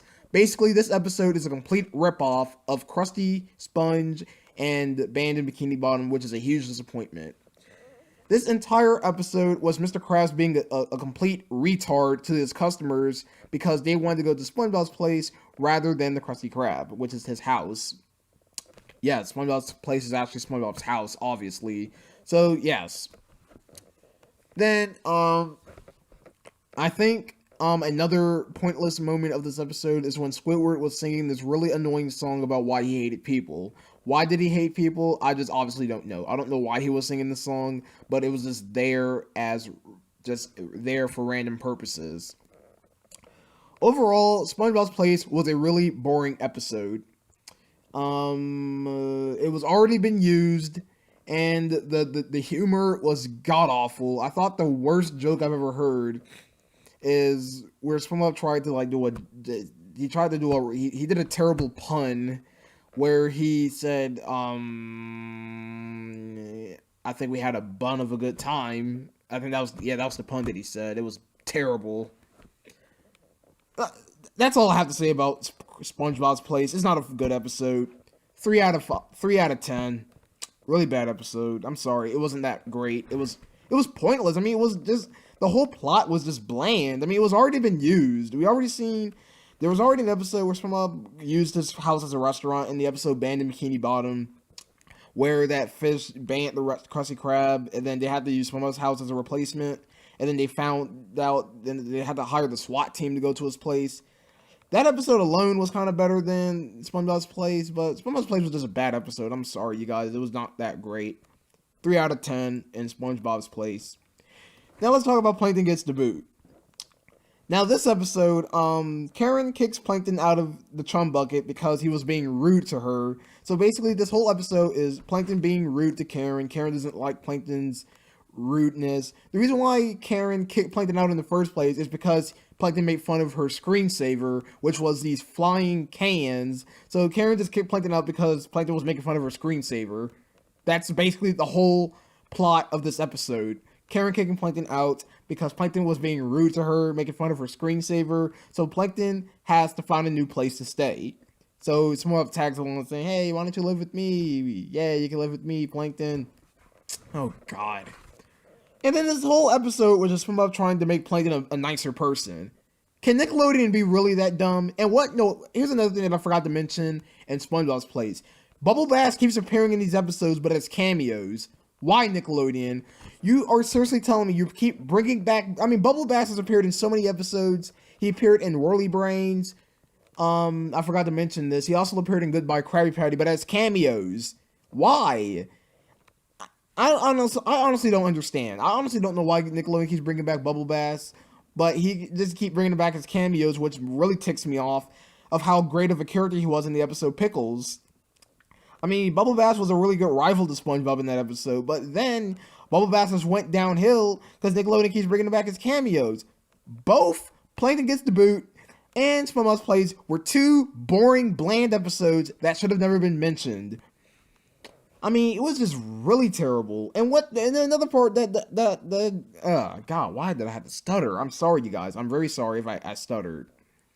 Another thing that I don't understand is that that there was like a bathroom gag in this episode. You obviously know that Plankton can't use the bathroom. He has no bladder. He has no penis. Look, I had to say that because it's not sexual. That's actually that's actually a male's reproductive system. It's not a bad word. It's actually a word that you say. That's actually in biology textbooks, so that's not an inappropriate word. Plankton clearly has no penis, so how are you supposed to use the bathroom? It will. They can't draw one because that would be highly inappropriate for the kids. But I don't care, Nickelodeon. Plankton gets the boot. Gets the exact same rating as SpongeBob's Place. 3 out of 10. Both of these episodes were boring and bland. I'm sorry, you guys. These episodes were not great for my taste, and it was just all over the place, man. And then the ending is where in the ending and Plankton gets the boot, dresses up as a robot just to go and impress Karen and whatnot. I mean, just to be nice to him. And at the very ending of the episode, Karen kicks Plankton out again because Plankton was making fun of the screensaver again. Nickelodeon, just stop it. Just stop making these boring episodes and start using the exact same music from your previous episodes. 2017, and you're telling me you cannot orchestrate, remaster your music, but instead using actual live instruments and whatnot. This is 2017 Nickelodeon. I'm just really done with this. I'm done. So yeah, both SpongeBob's Place and Plankton Gets the Boot were not my favorites for season 10. They were boring. And if you think about it, both episodes were just complete rip-offs. Plankton Gets the Boot is a rip-off of Single Cell Anniversary, is because Plankton was trying to be nice to Karen. And then SpongeBob's Place is a complete rip-off of Krusty Catering. Oh, I said Krusty. I'm sorry, you guys. Krusty Catering was a completely different episode that I have yet to review. I meant to say, SpongeBob's Place is a complete rip-off of Band in Bikini Bottom and the Krusty Sponge, both episodes from the 5th season. But Krusty Catering was a completely different episode that I haven't seen yet. I'll have to watch that episode to give my full review of it. With that said, hope you guys enjoyed my review for SpongeBob's Place and Plankton Gets the Boot. I didn't like these episodes at all. I thought they were boring, and it had really no purpose. And I'm really mad that Bubble Bass keeps coming back, but Nickelodeon keeps bringing him back as a cameo instead of a full character. Nickelodeon, just stop it. Just stop it. Just stop. Hope you guys enjoyed this review. Peace out. Hello everyone, EB the Original Master here, and today is Sunday, March the 26th, 2017, and it is time for another SpongeBob SquarePants episode review today on Sunday, March 26th, and you're probably wondering, why am I uploading SpongeBob reviews every other Sunday? The reason why is because that I'm trying to keep up with these episodes that I haven't seen on TV, so I have to watch them online because I wasn't interested into watching it when it came out. But yes, I'm sitting here in the exact same location as my last SpongeBob review, which was SpongeBob's Place and Plankton Gets the Boot. Today I'll be reviewing Life Insurance and Burst Your Bubble. So both of these episodes were pretty decent, I guess. I mean, yeah, they were pretty good, decent episodes. And just like my last review, I will not be reviewing these episodes in full depth, meaning that I will not cover every bit of information that the episode had. I'll just give you guys some synopsis of what my favorite scenes are. So in the episode Life Insurance, SpongeBob ends up waking up having a very clumsy morning. I mean, he just wakes up and just ends up like hurting himself all the time. So he wakes up, falls down the stairs. He then ends up in a toaster. I mean, he's having a really bad morning. Then a TV commercial comes on giving him life insurance. So basically, SpongeBob thought that life insurance, that if you sign the contract, you won't get hurt anymore. So that's basically this entire episode is SpongeBob and Patrick getting life insurances where they can't injure themselves anymore. I think a really funny gag of this episode is where SpongeBob and Patrick like having a pillow fight outside. Then Squidward came outside, and then he told them that they can't hurt themselves while using pillows. So Squidward gave Patrick a rake, and this scene actually had me laughing a bit. Is when Patrick smacked Squidward with the rake. That was pretty funny. And then Squidward like flew all the way into his window, into his house. Like Patrick's swipe from the rake was so powerful, it caused Squidward to fly into his house. So yeah, that was pretty funny. And so yeah, that was pretty hilarious. And then another funny moment from this episode is where SpongeBob and Patrick built like a dangerous obstacle course where Squidward had to encounter to see if his life insurance will really work. So basically, this whole episode kind of lied because there's like this one part in the episode where there was a storm cloud and it was so a bolt of lightning struck SpongeBob and Patrick over the fact that they had the life insurance contracts, but they ended up getting hurt. So then, Squidward then proceeds to do the obstacle course where Mr. Krabs came as a cameo, and he told SpongeBob and Patrick the real truth about life insurances. So it's basically where you pay money when someone dies. That's what Mr. Krabs stated in the episode. So then SpongeBob encourages Squidward not to do the obstacle course. He does it anyway, and then he ends up getting himself hurt. And so at the very ending of the episode, Squidward proceeded through the obstacle course. He smacked his face against a school bell, releasing the high school students out. Over the fact this is 2017, I don't know why they still use school bells. But yeah, school bells are still a thing, but the way how they're programmed are different than the way they were programmed back then. So yeah, overall, this episode was pretty decent. I'll give this episode a solid 6 out of 10.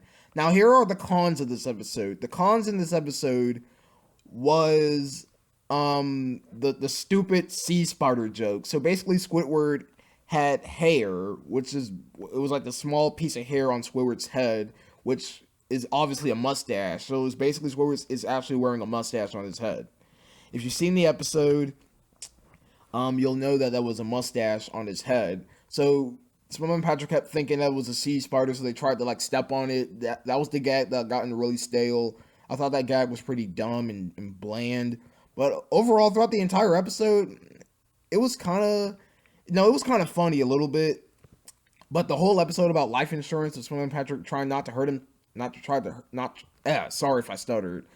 SpongeBob and Patrick not trying to hurt themselves, that was a pretty weird, unique concept, and I think Nickelodeon probably nailed at it pretty well.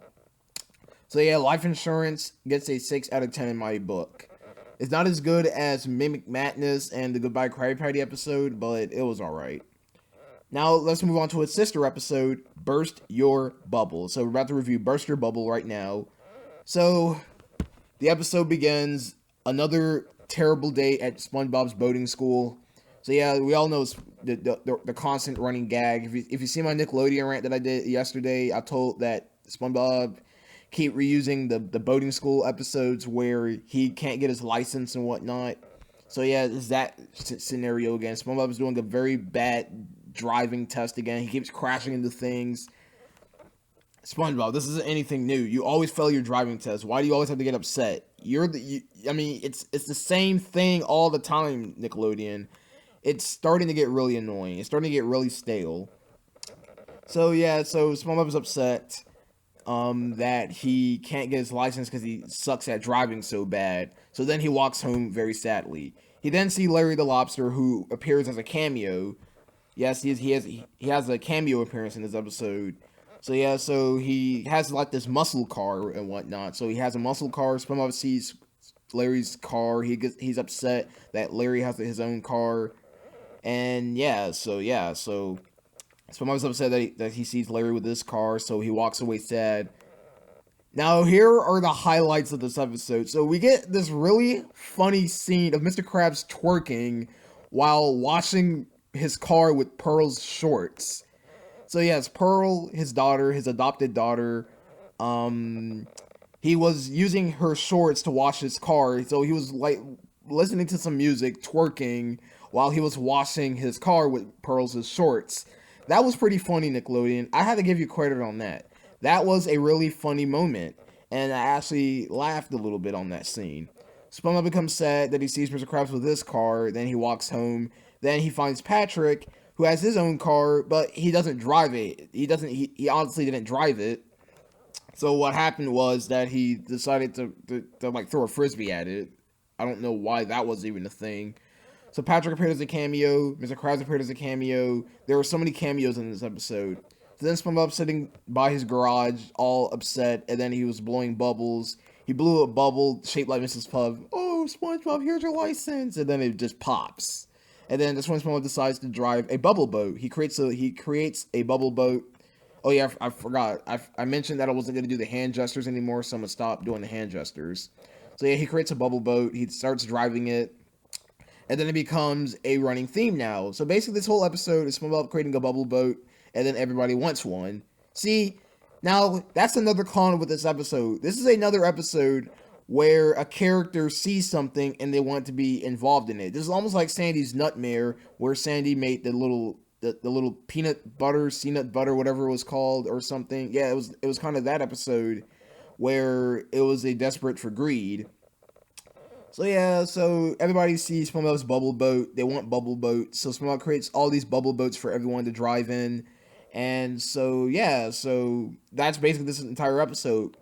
Mrs. Puff's boating school isn't in session because everybody's driving in bubble boats, and since they're in a bubble boat, you don't need a license for that.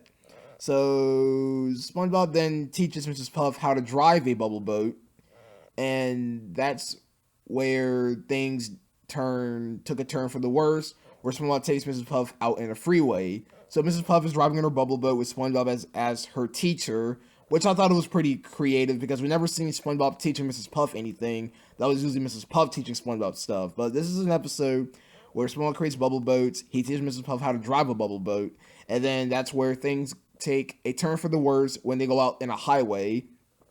So basically, they were driving in these bubble boats, and then they were like, so Mrs. Puff was crashing into everybody. So everybody was about to fly up to the surface. SpongeBob creates all these bubbles to save everyone. And then the ending of the episode is where the cops find out that the bubble boats were causing trouble. And then Mrs. Puff just like pops at the very ending of the episode. So burst your bubble. I'm sorry. So burst your bubble. This episode was pretty creative. I like the fact that SpongeBob is teaching Mrs. Puff how to drive a bubble boat. Mr. Krabs twerking while washing his car was pretty funny. And this whole episode was actually pretty good. It was actually an okay episode. It wasn't boring like SpongeBob's Place and Plankton Gets the Boot from the last episode that I reviewed. So yeah, Burst Your Bubble gets a 8 out of 10 for creativity. So yeah, so I hope you guys enjoyed my review for Burst Your Bubble and Life Insurance from SpongeBob. I'll put the link of the episode online in the description below. And no, I did not saw this episode on Kids Cartoons. I saw it on a different website. So I'll put the link of that website in the description for you guys to check the episode out if you haven't seen it yet. With that said, Burst Your Bubble and Life Insurance were two pretty decent episodes. Now, here are the following episodes that I still have yet to review. I have to review Krusty Catering, Snooze You Lose, Trident Trouble, and Plankton Retires. So Plankton Retires and Trident Trouble came out last Saturday. No, not last Saturday. Yesterday. They came out yesterday. So yesterday is when Trident Trouble and Plankton Retires came out. So I have to go online, find those episodes, watch that, give a review on those. Then I also have to review Krusty Catering and Snooze You Lose. Hope you guys enjoyed this review for Burst Your Bubble and Life Insurance, and I'll see you guys next time with more SpongeBob reviews. Sayonara. Hi you guys, Evie the Original Master here, and I'm here to let you guys know that please ignore the release date for this review of SpongeBob SquarePants, Trident Trouble, and Plankton Retires. I said I was going to upload this on Wednesday, but I've decided to change my mind. I was going to upload it today, so I can already have it out, so I don't have to worry about it. So, yes, you guys, so I've already done the review, but I'm just giving you this announcement that will be at the very beginning. So if you guys hear Wednesday, April the 5th, ignore that. Just ignore it because I've changed my mind and I've decided that I want to upload this today. So you guys will be getting 3 uploads today on Sunday. 3 uploads. All right?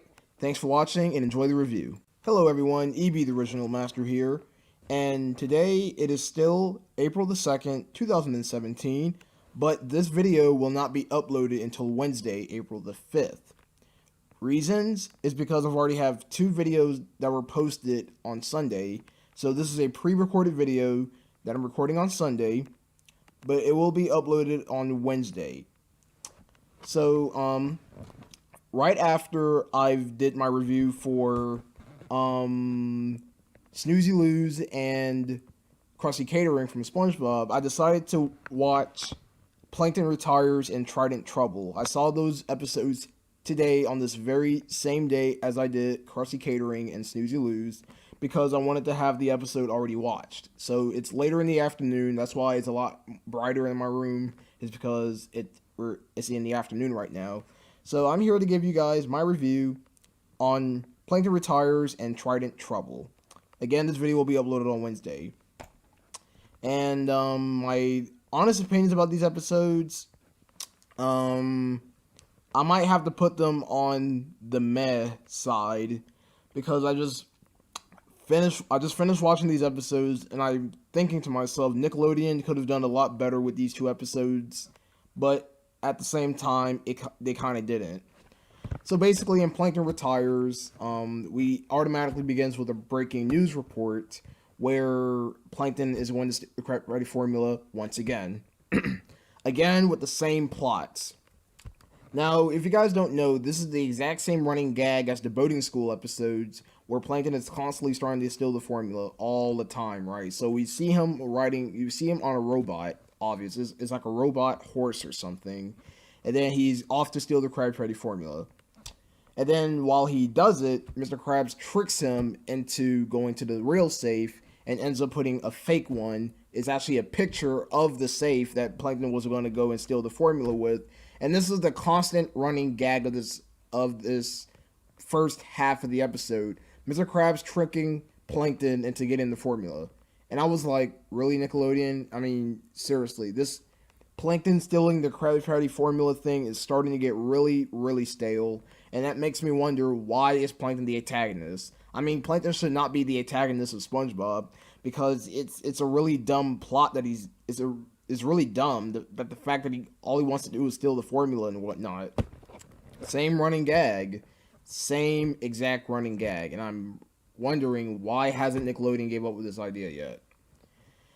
So yes, I'm not gonna go over every bit of detail of. I'm not gonna go over everything that Plankton done, but other than that, he gives up and then he decides to retire to the chum bucket. And man, you are not gonna like this at all, bro. This is really, really ticks me off, but I'll have to push that to a later side. So then Plankton decides to retire the chum bucket and then moves to a different town known as Dellsville. So basically, this new town is called Dellsville. If I'm correct, please let me know in the comments. If I'm not correct, then I'll have to go back to Plankton Retires on the SpongeBob Wiki and find out what's the name of the city, because I'm pretty sure it's called Dellsville. So Plankton goes to this new city called Dellsville. SpongeBob and Mr. Krabs are tagging along to go to Dellsville to see what Plankton is up to see if he's really retiring. So then, so basically, Plankton enters Dellsville. He is actually like this really boring city where he then goes to a hotel room where he begins retiring. Excuse me. So then he goes to his hotel room. He books a hotel. The guy who was running the hotel accidentally grabs Plankton and uses him as a pen in the episode. Again, this review will be a lot better than my Snoozy Loos and Krusty Catering review because I'm going to take the review nice and slowly so I don't rush through the words I'm trying to say. So then, SpongeBob and Patrick. Oh God, I said Patrick. I'm sorry. See, I'm already screwing up. SpongeBob and Sorry. SpongeBob and Mr. Krabs. You see, I took 2 L's already. I took 2 L's by saying the characters. But technically, I didn't took L because I said that Mr. Krabs and SpongeBob were the ones who were sneaking on Plankton. That's what I meant to say. But I accidentally squeezed in other characters that had nothing mentioned throughout this episode. So then we see SpongeBob and Mr. Krabs in the hotel room on top of the ceiling fan where they're seeing Plankton doing his retiring work. Where SpongeBob was getting sick from the ceiling fan, like he was hanging onto the ceiling fan for long periods of time. He then gets sick. He was about to get sick. He turns green, rushes to the bathroom, and starts vomiting. And then guess what? Guess what the twist ending is? It turns out to be that Plankton that went to Dullsville turned out to be a robot. So the real Plankton is actually at the Krusty Krab stealing the formula. And I was like, are you serious, Nickelodeon? Are you kidding me? Enough of these stupid cliffhangers already. I should have known that. I should have known that on the top of my head that I knew that wasn't Plankton all along because I've seen many episodes and episodes come here and episodes come there. So basically, the Plankton robot. So basically, the Plankton, SpongeBob, and Mr. Krabs are clearly robots in Dullsville, while the real Plankton, SpongeBob, and Mr. Krabs are at the Krusty Krab, trying to get Plankton back the formula. So they run after Plankton with the formula. They end up knocking people over, end up turning into a fight. SpongeBob gets a telephone call, and then it turns out to be that Plankton failed again, stealing the Krabby Patty formula. And the whole ending of this episode was the robot, SpongeBob, Plankton, and Mr. Krabs having fun in Dullsville with these real-life locations that they're doing fun stuff at. And that was Plankton Retires. Nickelodeon, stop it. I've had it with these plots. Because what you do, you make these plots, and then at the ending of the episode, it never happens. That means Plankton is still working at the chum bucket. See, I'm telling you, these episodes do not go in order. They're random. They are very random. These episodes go in a random order, and as for that, Plankton Retires is a meh episode. This episode gets a 4 out of 10 in my rating because of the dumb twist ending of Plankton using a robot disguise to trick SpongeBob and Mr. Krabs into thinking that was him. Then it turned out to be that Mr. Krabs and SpongeBob were the robots too in Dullsville, while the real SpongeBob, Mr. Krabs, and Plankton were at the Krusty Krab trying to get the formula. I mean, it's the same running gag. Karen, she is in this episode, but she has no role. She has no point. This whole episode was just meh. Noah David was right. This episode wasn't great. And I agree with him, because no wonder this episode had no humor, because how dull the episode was. 4 out of 10. Jeez. Alright, so now we're moving on to its sister episode, Trident Trouble.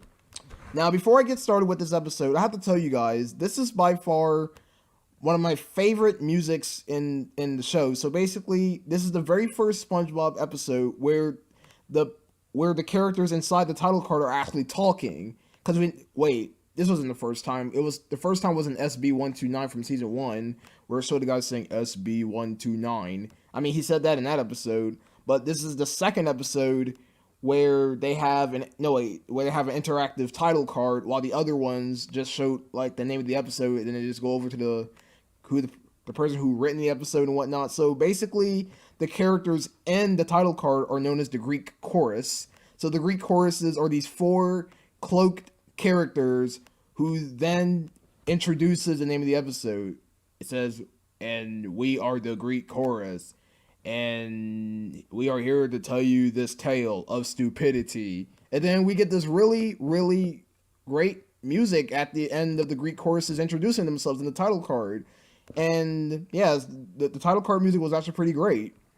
They actually used live instruments because if you go to the full song of the title card, the full song, I'm gonna go online, find the song, put in the link below for you guys to check out the song. If you guys listen to the full version of the song, they actually used live instruments for that song, meaning they didn't use synthesizers. So basically, this whole episode was the Greek chorus telling a story about how SpongeBob accidentally grabbed Neptune's trident by mistake. So what happened was that not Trident. That's the name of the object that Neptune has. See, I'm already taking those again. See, this is exactly why you need to write scripts. Because if you don't write a script, you end up saying words that you don't meant to say. But you guys have to understand that I'm trying my hardest to make these reviews as good as possible. And if I do make a mistake, please mistake me. We're all humans and we all make mistakes. So basically, SpongeBob's going to work. He reads a Merman and Barnacle Boy comic. He bumps into Neptune. Neptune's trident falls off. SpongeBob's spatula falls off, and then what happened was SpongeBob accidentally grabs Neptune's trident while Neptune grabs SpongeBob's spatula. See, that's when the whole Trident Trouble incident happened. All because of SpongeBob making a stupid mishap and accidentally grabbing the wrong object. Let the chaos begin. So this is a magic trident that everything that SpongeBob says is actually a wishing trident. So every time SpongeBob makes a wish, everything comes true basically. So this is basically a magical trident that makes things good or bad. So basically SpongeBob is at the Krusty Krab. There's like chaos going on because there's no Krabby Patties being made. So SpongeBob goes into the kitchen, wishes the lettuce and the tomatoes were chopped. So the lettuce and tomatoes chopped off from the trident, and then SpongeBob then wishes that he wished the Krabby Patties were already made. So the Krabby Patties began to grow arms and legs and start making these really childish noises, putting on a performance. Then the trident decides to take it upon an evil turn, where the Krabby Patties become monsters and start eating the already existing Krabby Patties that had the arms and legs. So this episode was actually pretty dark. This was a dark episode because all of these objects are turning against the people who are being wished upon. So this is actually a dark episode because of how everything was crazy, was how all these objects that SpongeBob is wishing is coming true, and then things does not turn out to be well.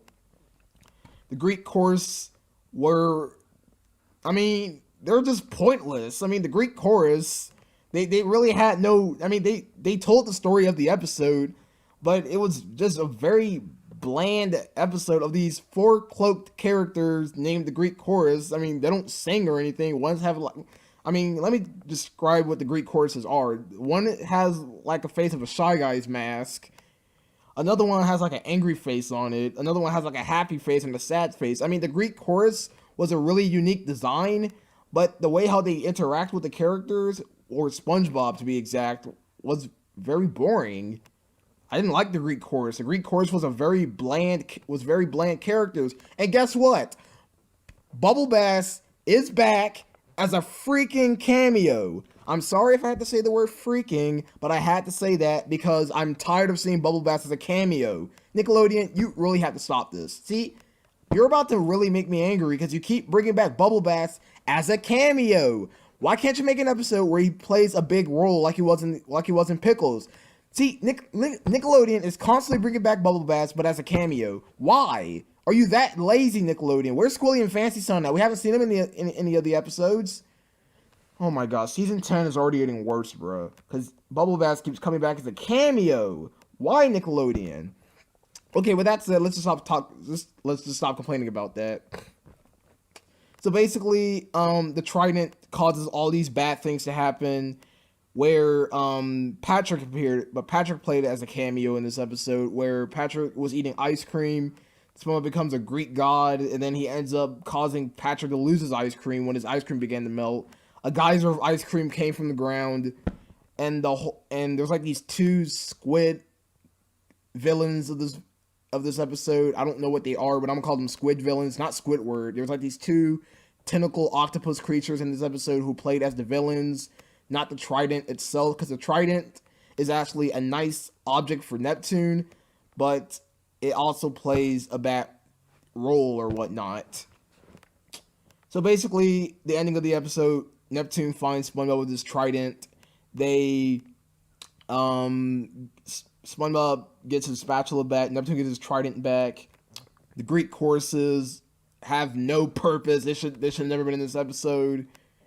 And the ending of this episode is when SpongeBob and Neptune defeated the two evil squid characters with a giant man-eating Krabby Patty, ending Trident Trouble. I'm sorry, the ending for this episode could have been a lot better. Oh my god, bro. The only good thing about this entire episode was the music and the title card. That was it. Other than that, this episode was boring. The Greek chorus had no purpose. They were just there just to tell the story. And then they had no personalities because they all had the same voicing. They all said the words at the same. The Greek chorus was not my favorite characters of this episode because they were boring. They were lifeless. They had no personalities because their face expressions didn't change. That's how bad this episode was. Trident Trouble. This whole episode was trouble because it was rushed. 4 out of 10. No. This doesn't get a 4 out of 10. This gets a 3 out of 10. 1 point down from Plankton Retires. Well, there you go, folks. Those are my review for Plankton Retires and Trident Trouble from SpongeBob SquarePants. Both episodes were bad. I didn't like them. They were meh. I mean, no, they weren't meh. They were bad because this isn't close to meh because of how bad these episodes were. Plankton Retires had a dumb plot of Plankton retiring from the restaurant because he can't steal the formula. It's the same running gag. And then in Trident Trouble, SpongeBob ends up grabbing Neptune's trident by mistake and then starts wishing everything. And then the wishes are turning dark against the people who are getting wished upon. And then the Greek chorus, they had no purpose for this episode. The only good thing about this entire episode, like I said, was the music and the title card. That was it. Other than that, the whole episode was bland. Could have had a better ending, could have had a better plot, but no. And this is Neptune's first appearance in a long time, too. Nickelodeon, for the love of God, stop bringing back Bubble Bass as a cameo. Please bring him back as a full character. With that said, that's my review for Trident Trouble and Plankton Retires. Have an awesome day, and this video will be uploaded on Wednesday, April 5th, made on April 2nd, 2017. Sayonara! Hello everyone, EB the Original Master here, and today it is July 23rd, 2017, and I got a brand new episode of SpongeBob SquarePants that I'm here to review for you guys.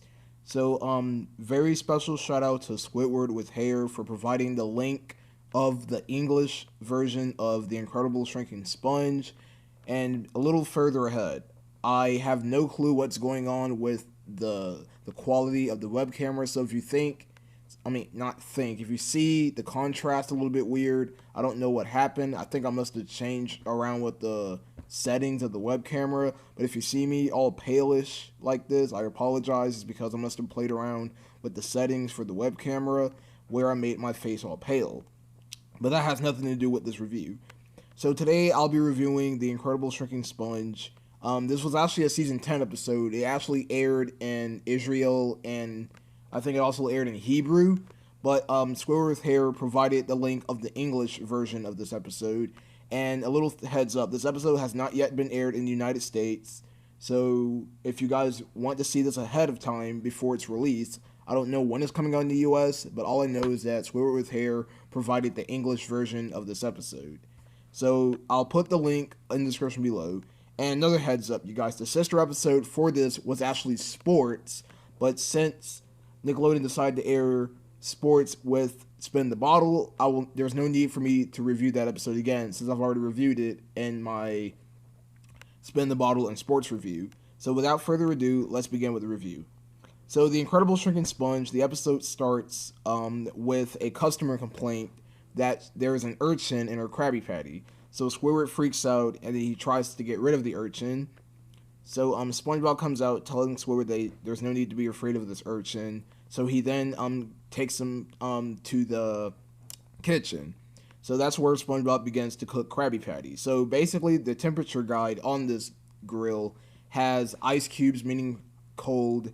It has like fire, meaning that it's hot, and it has like an explosion cloud, meaning that's nuclear hot.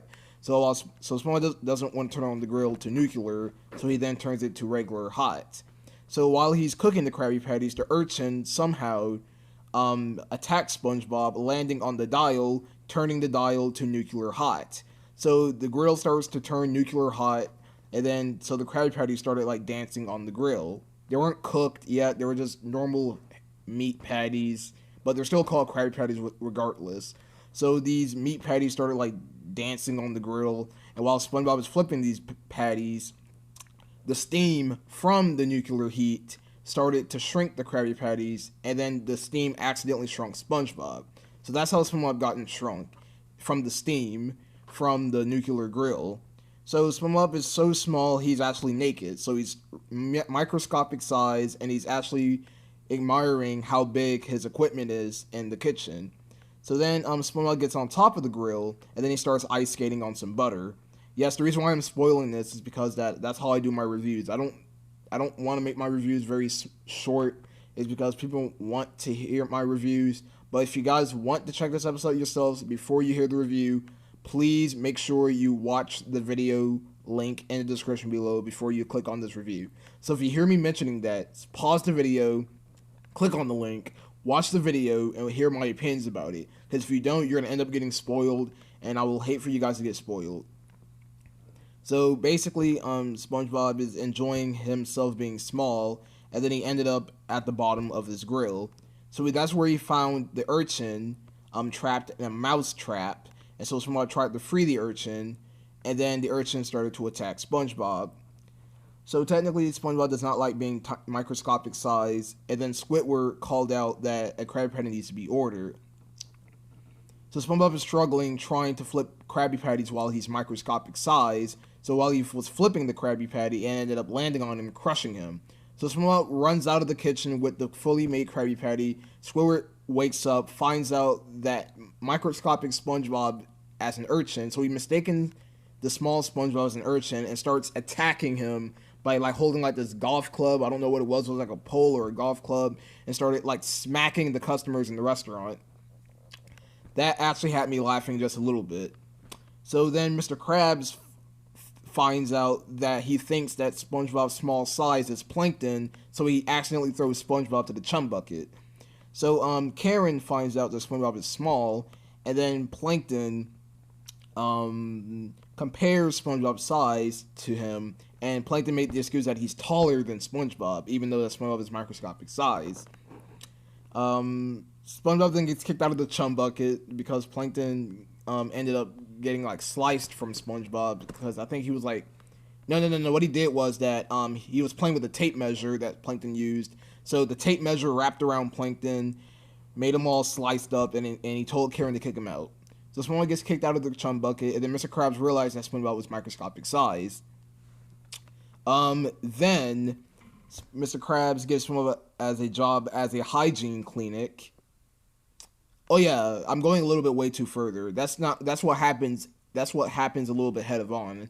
So right when Karen kicked SpongeBob out of the chum bucket, this kid found SpongeBob, and then he thought he was an action figure. He threw him into his mouth, spit him out, and then his friends was there to admire it. And then so SpongeBob then ran away from the kids and to this Krusty Krab play area. First of all, there was no explanation of why the play area was there. It just automatically appeared there. It wasn't there in the first place, so I think the storyboard artists had no clue what to do with this little play area, so they just randomly added one in the storyboard with no explanation. So SpongeBob followed the kids to this play area. It randomly appeared in the Krusty Krab, and that's where Mr. Krabs realized that SpongeBob was small, where at first he thought he was Plankton. So why did Mr. Krabs at first thought SpongeBob was Plankton since his small size, and then all of a sudden when he found him he realized that it was SpongeBob all along? That made absolutely no sense, and I don't know why that was a thing. So that's where Mr. Krabs gave SpongeBob the job as a hygiene cleaner or hygienic clinic to clean up these really, really big, tough, musky guys who ended up to be musty whatsoever. So, SpongeBob then cleans up after these tall guys, and then he goes into the kitchen to clean himself up, to take a break. And then since SpongeBob is small, he can't flip Krabby Patties anymore, so he then goes into the sink to clean up. So SpongeBob realized that the bubbles are making him bigger. So the ending of this episode is that SpongeBob is absorbing the bubbles, making them bigger and bigger and bigger, where he's big enough that he ended up destroying the Krusty Krab restaurant. And then he grabs SpongeBob. Ugh, Jesus. Sorry, I am very sorry. I meant to say Mr. Krabs and Squidward. I apologize if I messed that up. What I meant to say was that SpongeBob grew too big. He ended up grabbing Mr. Krabs and Squidward, and he was gonna pay for the damage by just walking away in the distance, ending off the Incredible Shrinking Sponge. My overall thoughts for this episode is that it was an okay episode. There really wasn't that much good things to happen. I mean, the episode wasn't bad, but it wasn't the greatest episode I've seen. To be honest, I prefer the Mermaid Man and Barnacle Boy episode better than this, because in the Mermaid Man and Barnacle Boy episode, Mermaid Man and Barnacle Boy left the Krusty Krab when they found SpongeBob was there, and then Mermaid Man left his belt, and the belt ended up shrinking everyone. And I actually liked that episode a lot more than the Incredible Shrinking Sponge, because The Incredible Shrinking Sponge, it was an okay episode. Some of the jokes were actually pretty funny, but overall, the episode was just okay. It wasn't my favorite episode from season 10. Yes, this is a season 10 episode, and I'll have to give this episode a 6 out of 10. It was meh. It wasn't the greatest episode. There were some funny moments, but other than that, the episode was just alright. So that's why I give it a 6 out of 10. Well, I hope you guys enjoyed my review for The Incredible Shrinking Sponge. Again, if you guys see the audio or the quality of the web camera is the contrast is a little bit weird, I need to go and fix that right now because I don't want my videos to stay like this when I do web cameras because it kind of looks weird. So I'm about to go and figure out how to change the contrast color of this web camera so it can turn back to normal so you guys don't have to see me all pale like this. Well, I hope you guys enjoyed my review for The Incredible Shrinking Sponge. I gave it a 6 out of 10. And I guess I'll see you guys later. Peace out. So now let's review its sister episode, Sports.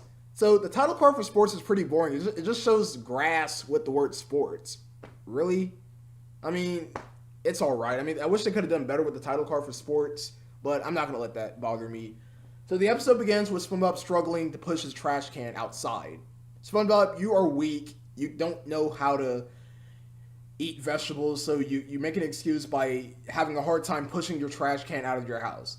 So, SpongeBob pushes his trash can out of his house until he finds a cardboard box. Patrick comes along, and then they wonder let me rephrase that because I'm already stuttering and I'm already losing track with my words. So, SpongeBob and Patrick finds a cardboard box, or a package. It was basically a package. And then it appears that the package is for Sandy, and then inside the package was a whole bunch of sporting equipment. So you're telling me Sandy spending all of her gosh darn money just for sporting equipment? How much money did she pay for those sporting equipment? There were bowling balls in there. There was a tennis ball, basketball, hockey sticks. I'm like, gosh, I got all of them sporting equipments inside that one cardboard box with all the money that you afforded with. Seriously, why did she buy them? I mean, there was no explanation of why Sandy bought the sporting equipment, so that's an L right there, because we just randomly got a cardboard box with Sandy's name on it just for the excuse for her to buy sporting equipment. Why did she bought them? Did she wanted to buy them so she could do sports with SpongeBob and Patrick, or did she bought it for, I don't know, for like a sports team or something? I don't know why she bought it, but there was no explanation of why she bought it. So SpongeBob and Patrick are very confused about what's inside the box. They find the sporting equipment. They didn't know what they were, so they started using it as random everyday things. So they used the hockey stick. No, it wasn't a hockey stick. It was a golf club. I'm sorry. It was a golf club. So they went to SpongeBob's library in his house. So SpongeBob knocks his books off the shelf with the golf club. Patrick then uses the bowling ball as a drink holder, and then SpongeBob uses a baseball mitt as like a sleeping bed for Gary. So SpongeBob and Patrick are having fun with the sporting equipment where they didn't know what they were at first. And then Squidward is inside of his house cooking until a tennis ball came right through his window. He comes outside, screams at SpongeBob and Patrick, and then it appears that the guardian that Squidward had from the episode Memory Pants made a return, and Whirly Brain. So Squidward's guardian from Whirly Brains and Memory Pants made a return appearance. So Squidward gets flabbergasted. Or no, he wasn't flabbergasted. He was shocked and angry that SpongeBob and Patrick didn't know what sporting equipment were. I mean, seriously, are they really seriously telling? How come SpongeBob and Patrick don't know what sports are, but Squidward and Sandy does? That don't make no sense. It doesn't. The reason why it doesn't make any sense because Squidward lives in Bikini Bottom with SpongeBob and Patrick, so it kind of does make sense if SpongeBob and Patrick already knew what sporting equipment were and what sports were in general. So Squidward tells SpongeBob and Patrick that sports is a game that people compete in. And then he comes up with these crazy games that SpongeBob and Patrick can hurt themselves in. So the first game that they played was horseshoes. So they were playing horseshoes blindfolded. They were throwing the horseshoes at each other. This was a pretty graphic episode. They had some graphic moments where it showed SpongeBob and Patrick's swollen ankles, their bruised faces, very, very graphic. But it wasn't gross out graphic where it had blood and everything. But it was pretty graphic for a cartoon. So yeah, and then they were playing Deadly Horseshoes. Their next game was they were doing a race in ice skates. They were running a race in ice skates with these traffic cones. SpongeBob and Patrick injured themselves as well. And then the last game that they played was kickboxing. So like they were like on this board. There's like on a wooden plank board, and the plank board collapsed and they fell and they hurted themselves. So Squidward then held a competition, a sporting competition, where Sandy was involved in it. So Sandy comes in with a magnifying glass. She finds her sporting equipment box missing. She finds SpongeBob and Patrick doing kickboxing, injuring themselves, and then Sandy realized that Squidward was the cause of this. So Squidward then competes in Sandy in these sports, and this is where the highlight of the episode came in to be. So we got all of these contestants watching the sporting competition against Squidward and Sandy. We got these sharks. We got these fish characters. So the first game that they played was basketball. So Sandy beat Squidward in basketball, and Sandy said, "Tell it to your mama, Squidward." If you guys didn't see that clip that I uploaded, that was the highlight of the episode. And then Squidward said, "Mama." And then Squidward's mom was like, "I don't want to hear it." So Squidward's mom made a cameo appearance. So the next sport that they played was they did soccer. Yes, so Sandy had like on a soccer jersey. I mean, she came in prepared. She had the basketball jersey, she had the soccer jersey, and she had the football equipment. Bro, Sandy, I mean, it could have been better if she had a football helmet, but seriously, why couldn't they design her a football helmet? See, they took so many L's in this episode. You made Sandy who had her little fishbowl, but not an actual football helmet. Really? That just really disappoints me right there, to see them having a football segment without a football helmet. I mean, really, why not have a football helmet? So then they did billiards. Sandy beat Squidward in billiards. So basically, Sandy won all of the sports and taught Squidward a lesson about them playing sports to play sports the safe way. So basically, what Sandy did was the opposite that Squidward did to SpongeBob and Patrick. So when Squidward taught SpongeBob and Patrick how to play the sports, it ended up hurting themselves. So when Sandy competed Squidward in the sports, Squidward ended up getting hurted because Sandy was proving Squidward that sports isn't all about injuring themselves. It's all about competition and how to play fair. So Sandy demands that everybody wins. They all do a group hug, and then Squidward gets very, very aggravated because Squidward hates to be hugged. I mean, seriously, why does Sandy likes to hug people so much? I mean, is she like a lean, mean hugging machine? I mean, gosh. And by the way, Sandy's tail is a lethal weapon. Her tail can like grow into like arms and like swipe people and stuff. Man, Sandy, your tail is beyond a lethal weapon. Okay, my final rating for sports. This episode was pretty great. I wish there was a backup of why Sandy bought the sporting equipment, but it was really funny to see SpongeBob and Patrick injuring themselves. The episode was pretty great. The "Tell It to Your Mama" Squidward gag was pretty funny. Probably one of the best quotes in the modern episodes of SpongeBob. I give sports a 9 out of 10 because of the creative story and the highlights of this episode. Well, I hope you guys enjoyed my review for Spin the Bottle and sports from SpongeBob SquarePants for the Kids' Choice Sports 2017. I'll see you guys tomorrow with the remastering of The Robbery of SpongeBob SquarePants, the Roblox series, the very first episode, which will be out tomorrow. And I guess I'll see you guys later. Subscribe. Don't forget to subscribe to EB the Sponge Clipper, and don't forget to follow me on Twitter at EB the Original 1. Thanks for watching. Sayonara. Good afternoon, everyone. This is EB the Original Master here, and I'm very excited. So before I get started with this review, I'd like to give a shout out to Squidward with Hair. Thank you so much for giving me the link for this episode, or no, not the link. Thank you so much for putting this episode on Google Drive, because I've been waiting to want to see this episode. So today I'll be reviewing The Getaway from SpongeBob SquarePants from season 10 that aired today at 10 o'clock. And as you guys noticed, that I haven't seen this episode when it aired at 10 because I was out doing stuff, and now I've came home, and then Squidward with Hair provided the Google Drive link that he uploaded, and so I saw the episode today. And this is by far hands down, for right now, is my favorite episode from season 10. This episode was so hilarious. I enjoyed every last bit of this episode. It was really great. And like always, in fact, I will put the link of the Google Drive in the description below. So thank you for Squidward with Hair for providing this link, because I've been wanting to see this episode and I finally had it. So the beginning of the getaway is Mrs. Puff taking SpongeBob out to a cemetery. So he's practicing his driving in the cemetery.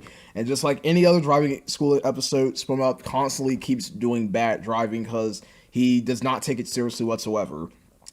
So they drive to a cemetery, and then they ended up. So the reason why they drove to the cemetery is because that Mrs. Puff wants them not to kill anybody in the cemetery, because since they're dead in the cemetery, because there's dead people there in the cemetery.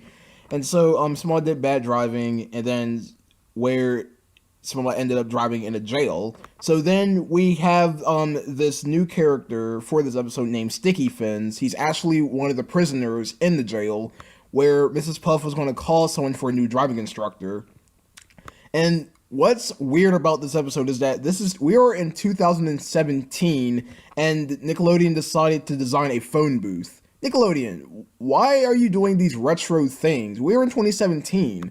Why is there a phone booth still in Bikini Bottom? I mean, I honestly don't know. But yes, this phone booth was randomly there. So that's when Sticky Fins escaped from prison, lands in SpongeBob's boatmobile, and SpongeBob thinks that the prisoner, or Sticky Fins, he thinks Sticky Fins is his new driving instructor, so he drives off with Sticky Fins in the passenger seat of his car. So Mrs. Puff warns SpongeBob that that's not his new driving instructor. So this entire episode was SpongeBob being taught by a criminal. This entire episode was taking place at night, obviously. So this whole episode was taking place at night. There was no daytime, no evening. I'm not going to say obviously because people probably haven't seen this episode yet. They probably forgot about it. So that's why I'm not going to say obviously in those type of words, because I'm going to try to make the review as entertaining as possible. So then SpongeBob and Sticky Fins are out doing these bad driving. And then Dorsal Dan, he's actually one of the other criminals who supports with Sticky Fins. Dorsal Dan and Mrs. Puff are out driving together, and they actually have a nice relationship with each other. So Dorsal Dan and Mrs. Puff are having a really good relationship with each other, which I found pretty interesting. Then we got all these very bad scenarios of SpongeBob badly driving. He's crashing into buildings, driving on top of buildings, while Mrs. Puff and Dorsal Dan are trying to stop Sticky Fins and SpongeBob from getting into reckless driving. So while SpongeBob is driving recklessly, they're crashing through these buildings and whatnot. Yeah, it's very bad driving from SpongeBob. And then let's move on to the highlights of this episode. So the highlights are they drove to a jewelry store. SpongeBob was doing his mimicking madness thing that he did from Mimic Madness. He was changing his body shapes into these different characters. Squidward actually appeared as a cameo. What I mean by that, Squidward wasn't in the episode, but SpongeBob actually changed his form into Squidward. That's what I meant by a cameo. Squidward, because SpongeBob was actually trying to mimic Squidward, I guess, by changing into his body. So while SpongeBob is distracting the jewelry store guy, or the guy running the jewelry store, we got Sticky Fins stealing all the jewelry, going inside the car, driving off. Then you go to the electronics store, where Sticky Fins steals all of these electronic devices, which I find funny because that all these objects in Bikini Bottom are actually shaped like the objects that you get at an electronics store. So the store is built like a radio, which I found pretty hilarious. Then there's like this one hilarious scene when SpongeBob and Sticky Fins were escaping from these two cars that were chasing them. The cars drew off course, and you saw these explosion clouds in the distance. So the cars blew up while SpongeBob was turning, trying to avoid them. And then they actually went past a washing machine, a giant washing machine, which was the boat wash, which I found pretty hilarious. Then there's like this one cool scene where they crashed through a coral field sign, and then the corals that hit it, Sticky Fins, actually spelled out the writer of this episode, Kaz, K-A-Z. So that's the writer of The Getaway, and they actually did an Easter egg by actually spelling out his name. Squirrel with Hair also provided the clip from that episode into his channel, which I found pretty interesting, because we never got an Easter egg like that when they spelled out the writer's name. So Kaz is the writer of this episode, and he actually got a little Easter egg. And then, so here's the part that actually made me really cringe a little bit, is when SpongeBob thought a driving range meant a range where you could drive. SpongeBob, a driving range means that's golf. That's golf, meaning a driver's golfing club. So SpongeBob thought that the driving range was actually like a driving area, but it turned out to be that there was golfers hitting these golf balls, and then they kept hitting Sticky Fins. So this was a Sticky Fins torture episode, because thanks to SpongeBob's Carol is driving, he keeps injuring Sticky Fins, and then that's when SpongeBob started looking at his road signs. He sees a stop sign, a no turn left, and beware of falling rocks. Again, the rocks fell on Sticky Fins until a giant boulder crushes his face. Sticky Fins had enough of SpongeBob's careless driving, so he wants to go back to prison. So when Mrs. Puff and Dorsal Dan meets up with SpongeBob and Sticky Fins, Mrs. Puff tells SpongeBob that that's not his new driving instructor, and it tells him to keep his eye on the road. So SpongeBob's eyeballs popped out of his sockets, and so while they were driving, SpongeBob made a right turn. Mrs. Puff and Dorsal Dan crashed through these barriers, causing the police to chase after them. They arrive back at the police station. Dorsal Dan and Mrs. Puff arrived there too, where Sticky Fins is glad to be back in prison because he never wanted to be left out again. He never wanted to leave prison again after this wild adventure that he had with SpongeBob being a terrible driver. And they actually caught Dorsal Dan, put him under arrest, and then SpongeBob and Mrs. Puff meets each other at the jail. The ending shows these police cars falling, giving us a life lesson. Always wear your seatbelt when driving. And yeah, so that was The Getaway. Boy, was this episode fun. I actually enjoyed this episode a lot, you guys. This episode gets a 9 out of 10. That's my rating for The Getaway. I love the story. I love the humor. I liked the great details added to this episode. SpongeBob's stupidity with driving is the exact same, which I find really annoying. But I actually enjoyed this episode way more than Burst Your Bubble. In fact, this episode is 10 times better than Burst Your Bubble because it actually had SpongeBob actually thinking that a criminal, he actually thought that the prisoner was actually his driving instructor because when they drove into a jail and Mrs. Puff was trying to call in a new instructor for him. So, hope you guys enjoyed my review for The Getaway. I enjoyed this episode a lot. Oh, by the way, Lost and Found, I haven't seen that yet, so when the episode comes out on Kiss Cartoons, or watch online, cartoonsonline.com, that's what I meant to say. When the episode comes out, I will skip over The Getaway, and I will go straight to Lost and Found, because Squidward with Hair said that he was having troubles uploading Lost and Found, so I'm going to kind of respect that, but if he gets that situated and uploads it to his Google Drive, I'll go back and watch Lost and Found. But for now, I'm only reviewing The Getaway.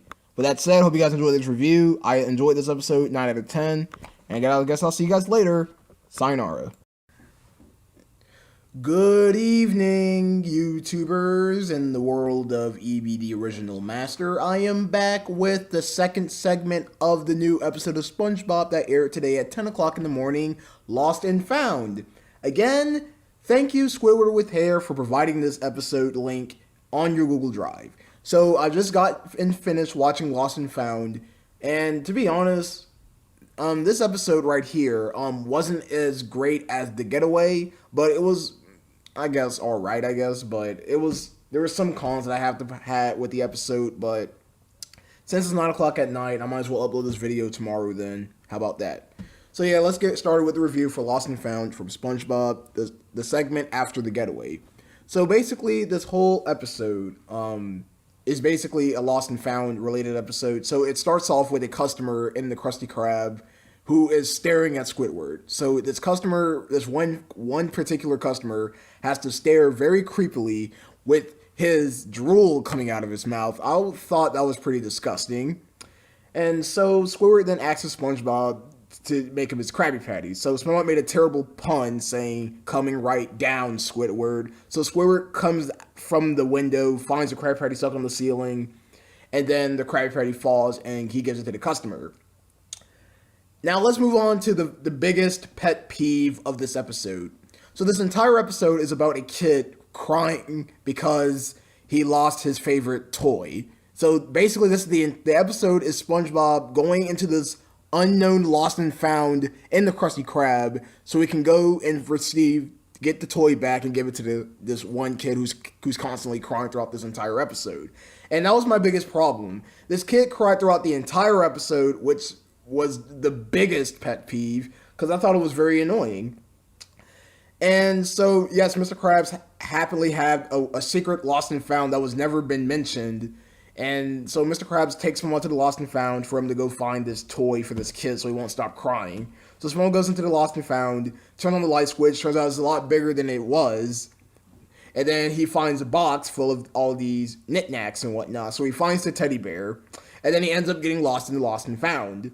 So how do you get lost in the Lost and Found? That absolutely kind of doesn't make any sense, but yeah, that's how it does.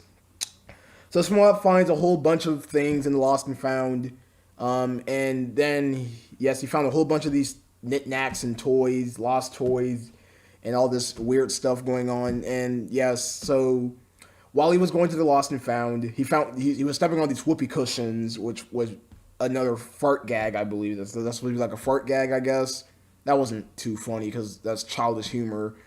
So, SpongeBob gets lost in the Lost and Found. He finds these three other people who are actually trapped in the Krusty Krab for 60 years. These three other kids who were somehow got lost in the Krusty Krab for 60 years, and they ended up in the Lost and Found as well. So apparently these three random people who's been in the Krusty Krab for 60 years randomly happened to find SpongeBob. And then, so what happened was that they were having like a little tea party with gum and candies until they took the teddy fish that SpongeBob needed to bring back to the kid who was crying above the restaurant. So they said that it doesn't belong to him anymore since they found it. They will keep it. They kept saying finders keepers, finders keepers. Finished the punchline saying losers weepers. Runs out of the Lost and Found, leaving those three kids chasing after SpongeBob. So then we go back to the kid crying again, obviously, because I don't know what were they thinking. I don't know what were the others in the recording studio were thinking when they were making this episode, but I honestly thought the crying was very annoying and they should have never added that into this episode. So Squidward gets thrown into the Lost and Found by Mr. Krabs. He finds a kazoo. We have a flashback of Squidward as a kid playing on his kazoo. This kind of almost reminded me of the poem that Patrick said in the Sing a Song of Patrick episode where Patrick read the poem. It kind of reminded me of that, of a flashback of when they were kids. It was alright. It was called Bikini Bottom School instead of elementary school. I mean, seriously, you can't just call it school. You gotta be more specific. It has to be an elementary school since Squidward was a little kid. So then Squidward plays on the kazoo, and then that's when SpongeBob is out being chased by the kids on these little bicycles. They're like throwing jacks and toys at SpongeBob. So SpongeBob found lost toys, lost toilets, a lost world, and it kind of reminded me of Sonic Lost World, but it wasn't. It was like a prehistoric dinosaur Stone Age. And for some unknown reason, when the kids fell on top of each other, they blew up. And when they got into a crash, they blew up also. This episode had some really weird explosion scenes. So, Mr. Krabs then cries because he realized that SpongeBob is lost and found. So both the kid and Mr. Krabs is crying. I don't know why, but yeah, I don't find that hilarious at all. So let's go over to the ending. So SpongeBob comes out of the Lost and Found safe and sound. He then finds... No. I'm going way out of hand. I forgot to talk about the grease trap part. So SpongeBob finds a grease trap that he hasn't cleaned out in years, and that's how SpongeBob escaped from the Lost and Found. He gives the kid back the fish. The kid doesn't want the toy fish anymore. He wants to hang out with this dinosaur thing that he found in the Lost World. So everybody lived happily ever after, except for Squidward. So Squidward was trapped in the Lost and Found at the very ending. Very funny. Yeah, so that was Lost and Found. This episode was alright, but that kid crying really made me put this episode as a meh. Because the only cons about this entire episode was the kid crying. I don't know why they thought it was cool to add that, but I thought this episode could have been a little bit better if they focused on a different plot rather than a missing toy. I mean, it could have been a whole episode. It could have been a whole episode dedicated to all these Bikini Bottomies losing their things, and they all go into the Lost and Found. This episode should have had more characters. Sandy should have been in it. They could have at least had Patrick in it. In fact, Patrick wasn't in any of these episodes. He wasn't in The Getaway or Lost and Found. I guess they needed a break from Patrick.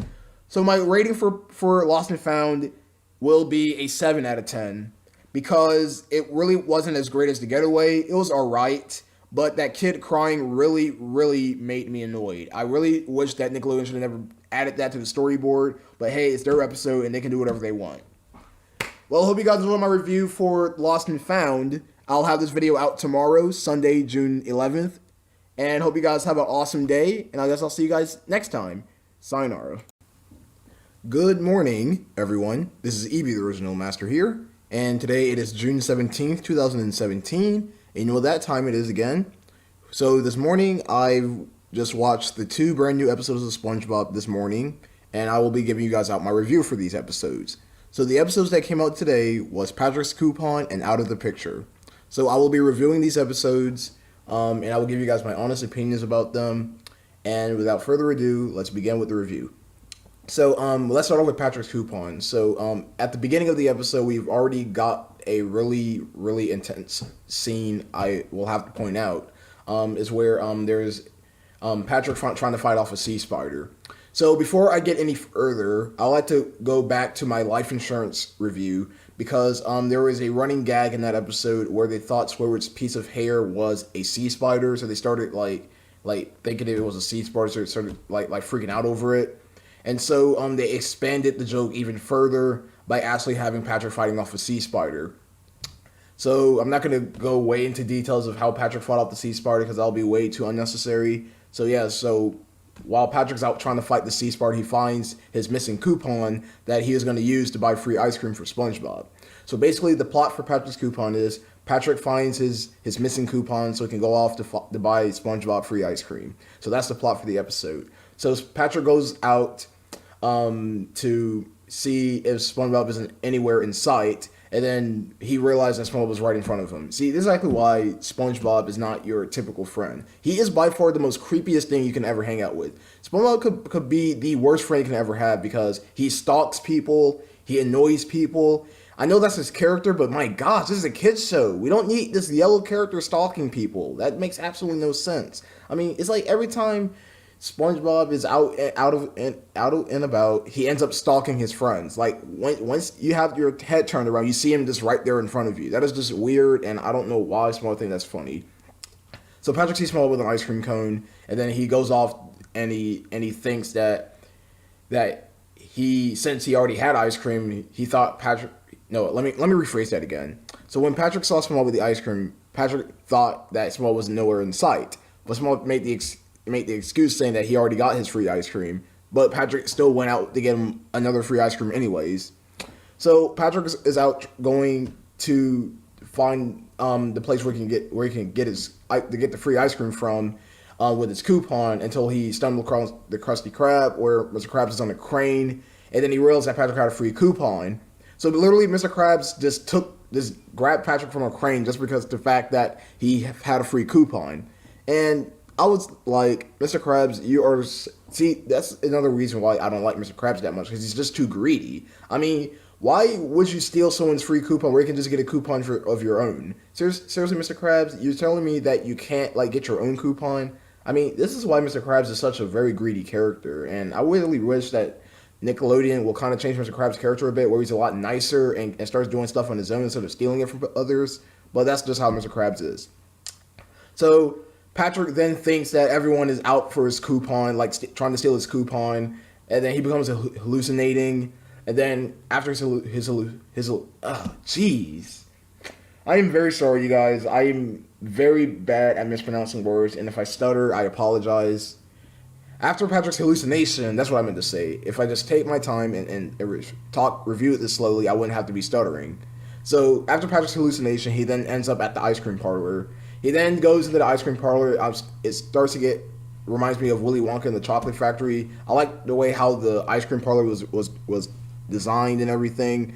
So Patrick then asks the ice cream man, or the guy running the ice cream parlor, what ice cream flavors that he wants. Then a guy in an ice cream costume comes out, takes the coupon, and then he realized that the coupon was expired, so Patrick could not get the free ice cream. Patrick then throws a temper tantrum, so the guy in the ice cream suit had to throw him out.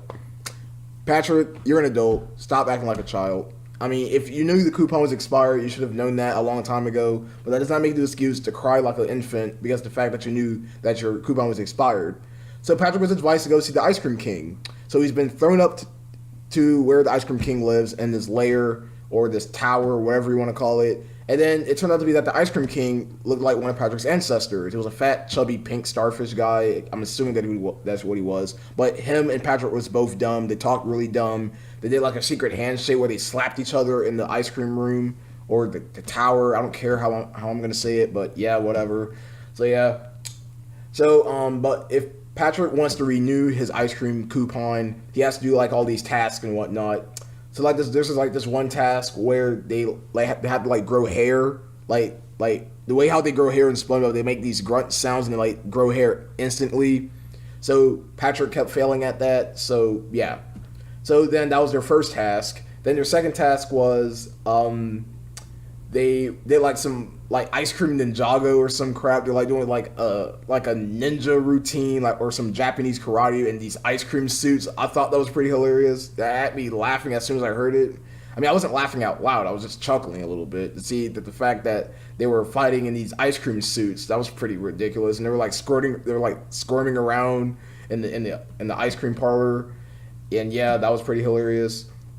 So then since Patrick passed all the tasks, he then got the free ice cream where the Ice Cream King just like had his armpit hair out, just squirted the ice cream into the cone and gave it to Patrick. That was really disgusting.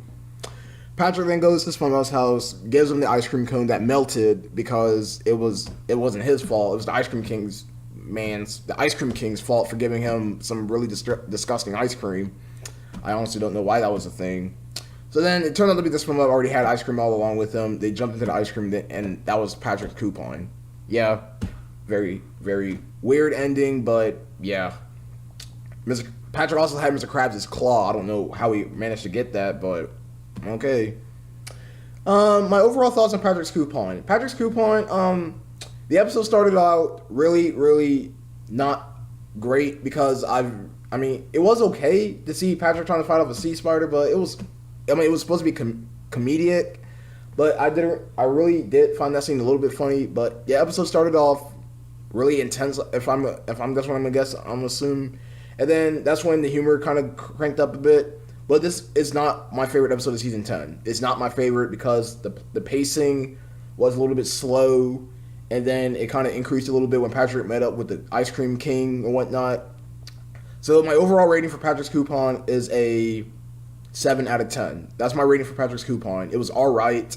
It wasn't bad, but it was just to a point where I wish they could have expanded the idea a little bit. You know, I need to stop saying wishing because that's how people are going to be getting all mad in the comments saying, oh, why didn't you like this episode? Look, you guys, it's my opinion. If you don't like my opinions, then do not take it seriously because these are my opinions of these episodes, and my opinions are different than yours. So my overall rating for Patrick's coupon is a 7 out of 10.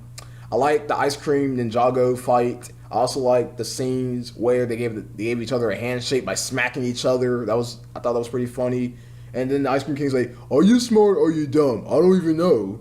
And Patrick's like, "Apples." Oh, that was pretty funny, I guess. I mean, yes. I'm assuming that the Ice Cream King is Patrick's ancestor. He's probably one of Patrick's long lost ancestors that we never heard of. But yeah. All right, now let's move on with Out of the Picture. Now, Out of the Picture is by far the most ridiculous plot that I have ever encountered of how stupid Mr. Krabs is. Mr. Krabs is so stupid in this episode. So the episode begins with Squidward hosting an art show in the Krusty Krab, and the customers are not liking Squidward's art. So, like, Larry the Lobster's about to eat a salad. Larry the Lobster's eyes catch on fire. The "my eyes" joke, not funny, because it's been used so many times, not funny anymore. Yes, I'm sorry, you guys. I'm not liking the "my leg" and the "my eyes" joke anymore because those jokes they get funny at first, and after you hear it many times, it gets old and outdated. So yeah, Squidward's art is like literally causing the customers to freak out. So Mr. Krabs decides to steal Squidward's art and claim it as his. Mr. Krabs, you are so... Oh my gosh, Mr. Krabs.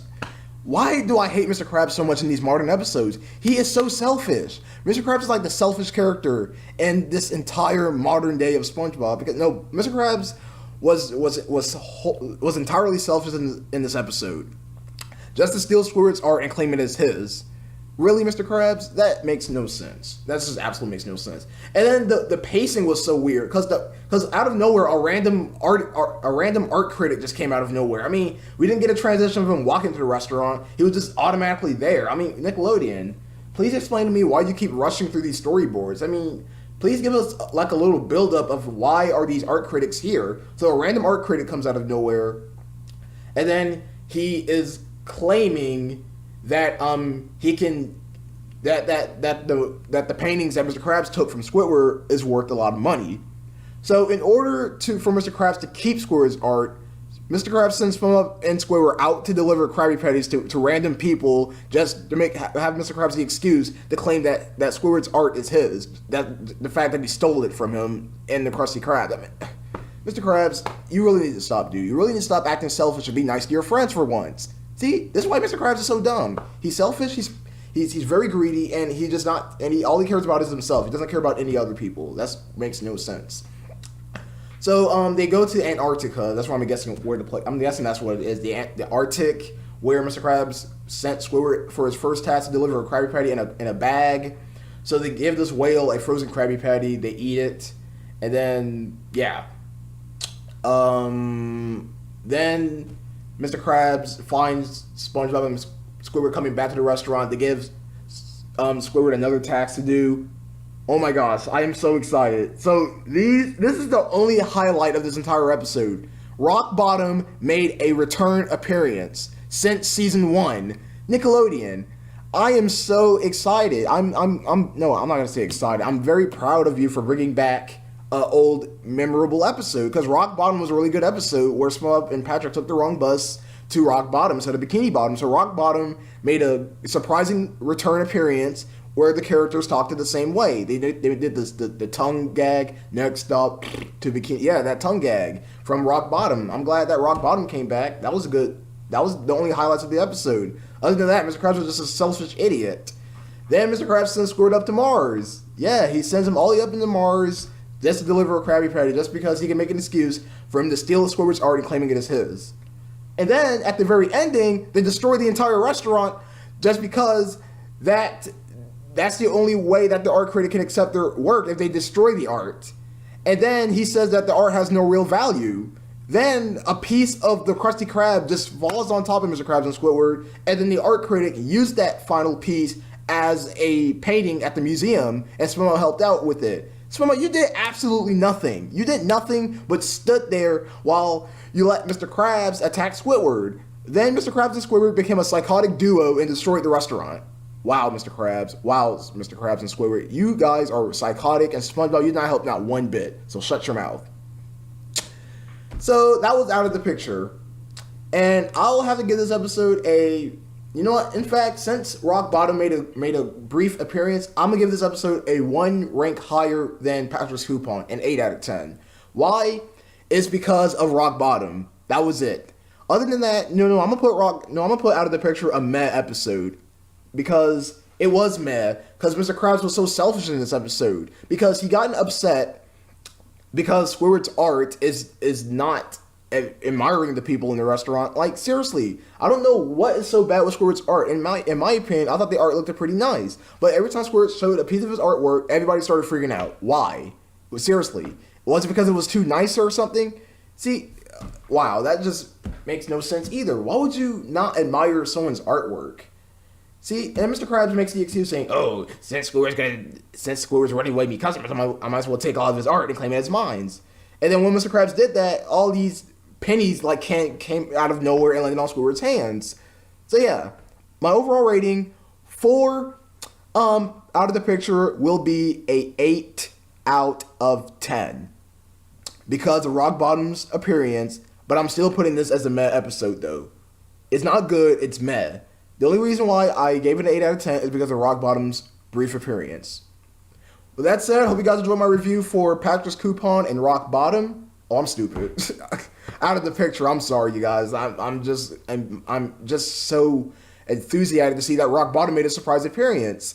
So yeah, Patrick's Coupon, out of the picture. The episode came out today at 10. Hope you guys enjoyed this review. And I guess I'll see you guys next time. Peace out. Hello everyone, Evie the Original Master here. and I am back again with another SpongeBob SquarePants review for you guys today.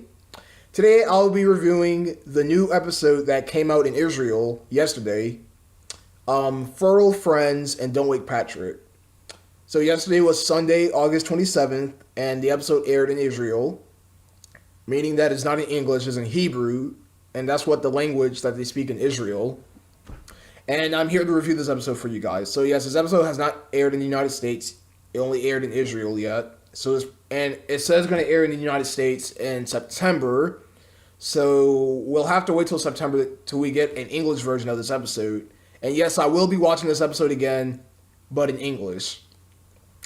So Squidward's Hair actually provided the link of the Israel episode, or the Hebrew version of this episode, but I am not going to include it in the description, is because that I have been putting Google Drive links in the description lately, and apparently they have not been working lately, so I will no longer putting links to Google Drive videos ever again on my channel. Only YouTube links, website links, vice versa, not Google Drive links.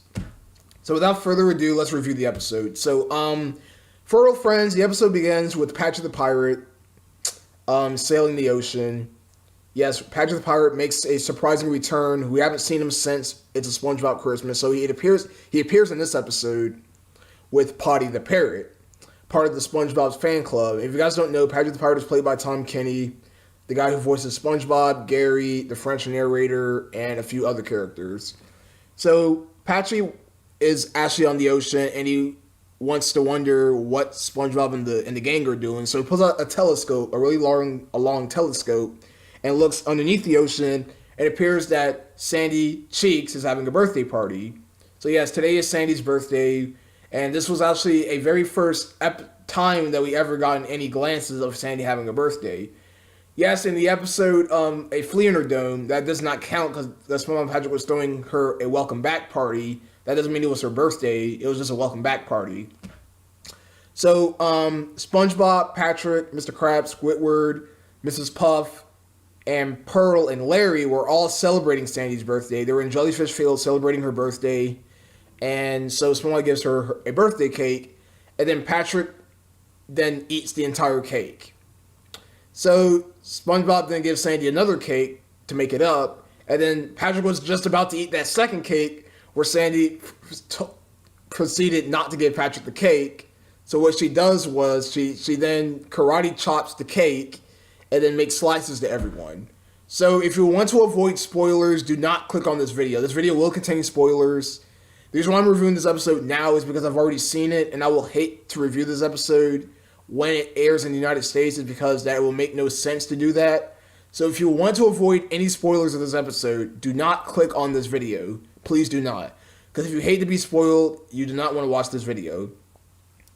So after Sandy slices the birthday cakes and makes slices out of them, when they were about to eat it, they were just about to eat the birthday cake and celebrate until they felt like this eruption. So there's like a giant eruption, and then everyone spots a volcano, and then out comes this yellowish, greenish moon, according to the synopsis of the episode.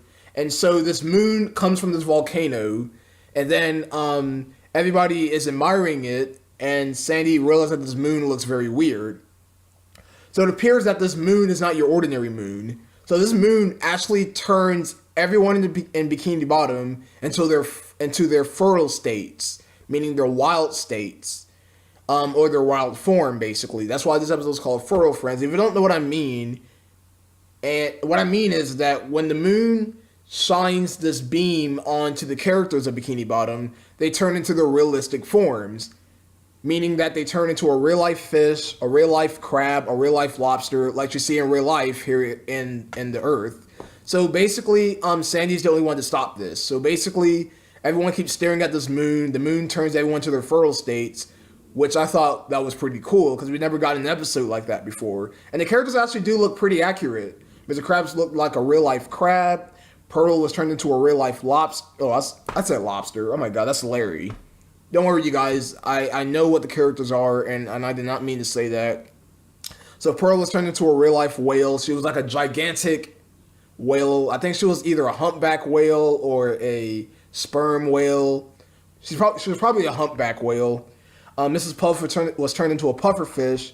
So, so while everyone got turned into these realistic animals, Squidward was the only one who wasn't turned into it yet. So Squidward came from the bathroom. He came out from the bathroom.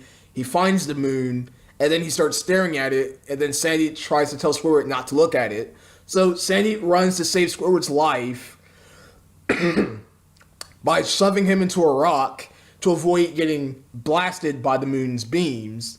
So it was too late. Squidward leaves out of the rock. He runs to chase after the moon, and then Squidward turns into a realistic octopus. So yes, Squidward is indeed an octopus. Yes, we already know that. So then Sandy then grabs everyone, and then to try to avoid getting blasted by the moon's beams. So then she then rides on Pearl, and then she then goes downtown where the moon is following her, and then the moon starts shooting beams at everybody else in Bikini Bottom, turning them into their feral states. So then Sandy goes to her tree dome, puts everyone to a giant fish tank, and to like feed them with fish food. So yes, Sandy turned her whole tree dome into like a little aquarium to make sure everybody is safe from this moon. So then Sandy asks help from the French narrator. Yes, the French narrator makes his very first appearance in person, and he's basically the Cyclops from the SpongeBob movie. So the French narrator is actually friends with Sandy, and we actually got this real life live action segment of this guy in a scuba diver's outfit, and he explains Sandy about this moon. So again, I don't know what they were saying because it was in Hebrew, so I don't understand what they were saying. So I'm guessing that he told Sandy about the volcano and how the moon came from the volcano and turned everyone into their feral states. And so Squidward actually crashed into Sandy's tree dome and like created an opening, his razor sharp teeth like created an opening, and he then sprayed water all over into Sandy's tree dome. So Sandy then calls Pearl in her feral state, and then she starts riding on her while trying to avoid getting blasted by the moon and trying to avoid getting attacked by the realistic feral state Squidward. So then Sandy and Pearl comes from above the ocean where Patch the Pirate and Potty was at, and then they were all freaking out about it. And so they come out of the ocean, goes back into the ocean, and then the episode ends with a red version of the moon. So a red moon comes out of nowhere, and it turns everybody back into their normal forms, and everybody turned out to be naked. And this was the first time we ever saw Pearl and Mrs. Puff naked. We never saw them naked before until this very episode. So everybody was naked.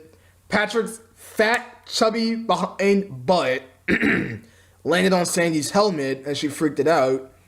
And then the episode ends where the red moon turns Sandy into a realistic feral squirrel. The moon turns Sandy into a realistic squirrel. She's in her suit or in her helmet, like trying to like get out. And then the episode ends where Patchy the Pirate and Potty were transformed into cave people from the red moon. And then Potty then flies Patchy the Pirate away, ending Feral Friends. So Feral Friends was actually a pretty good episode. It was actually a really interesting episode and a good way to end off the 10th season. I love the concept of the moon turning everyone into their realistic forms or their feral states. That was a pretty unique concept. And I actually am glad that they brought back Patchy, Potty, and the realistic live action segments, because that's what brought SpongeBob back to its roots. And in fact, to be honest, that moment, the Patchy and Potty segment reminded me of the seasons 1 through 3 SpongeBob a lot. So my overall rating for Feral Friends is a 10 out of 10. Yes, you guys, I'm finally giving this episode a 10 out of 10. It's because this episode really felt like a pre-movie episode for SpongeBob. Sorry if I'm coughing a lot. It's because I have some mucus in my throat, so I will have to be clearing out my throat in most of this review. Now it's time to review its sister episode, Don't Wake Patrick. Oh my god. So Don't Wake Patrick is actually a short. It's actually a 7-minute short. It's because that Furl Friends was about like 16 minutes. So Furl Friends was actually a pretty long episode. It was like 16 minutes in length. And so they have to squeeze in Don't Wake Patrick as a 7-minute short. So Don't Wake Patrick really wasn't that great of an episode, you guys. It really wasn't great. So the episode starts at night in SpongeBob's pineapple, where SpongeBob is fast asleep. And then he goes downstairs to realize that everything is in his room or his house is torn up. Then he investigates about what's happening. Did someone rob his house or something? Like, everything in his house is like torn up. Then Patrick comes downstairs from his bedroom. We haven't not gotten a transition of why or where did Patrick even came from. So Patrick is sleepwalking, and SpongeBob is the only one to stop him. So basically, SpongeBob tries to wake Patrick up from his sleepwalk. He has like a frying pan and a spoon and starts like banging on it to wake Patrick up. To be honest, this kind of sounds like Snoozy Lose a little bit, if you think about it. Because in Snoozy Lose, they tried to wake Squidward up from his audition. You know what? Yeah, that's what I know. That's what I noticed. Snoozy Lose and Don't Wake Patrick has a very similar concept. But I don't know why they decided to do another sleeping-related episode. But, yeah, but whatever. So, yeah, then SpongeBob pulls out his alarm clock to wake Patrick up. And then Patrick then ends up doing everything wrong. So he sleepwalks, doing everything in the sleepwalk. He crashes through SpongeBob's house with a refrigerator. And then he ends up walking into incoming traffic. So SpongeBob is trying to stop Patrick from his sleepwalk. And then Patrick ends up walking into someone else's house. So Patrick ends up about to walk into this person's fine china. And then, so, yeah. Then Patrick ends up walking into a theater where he does like a performance.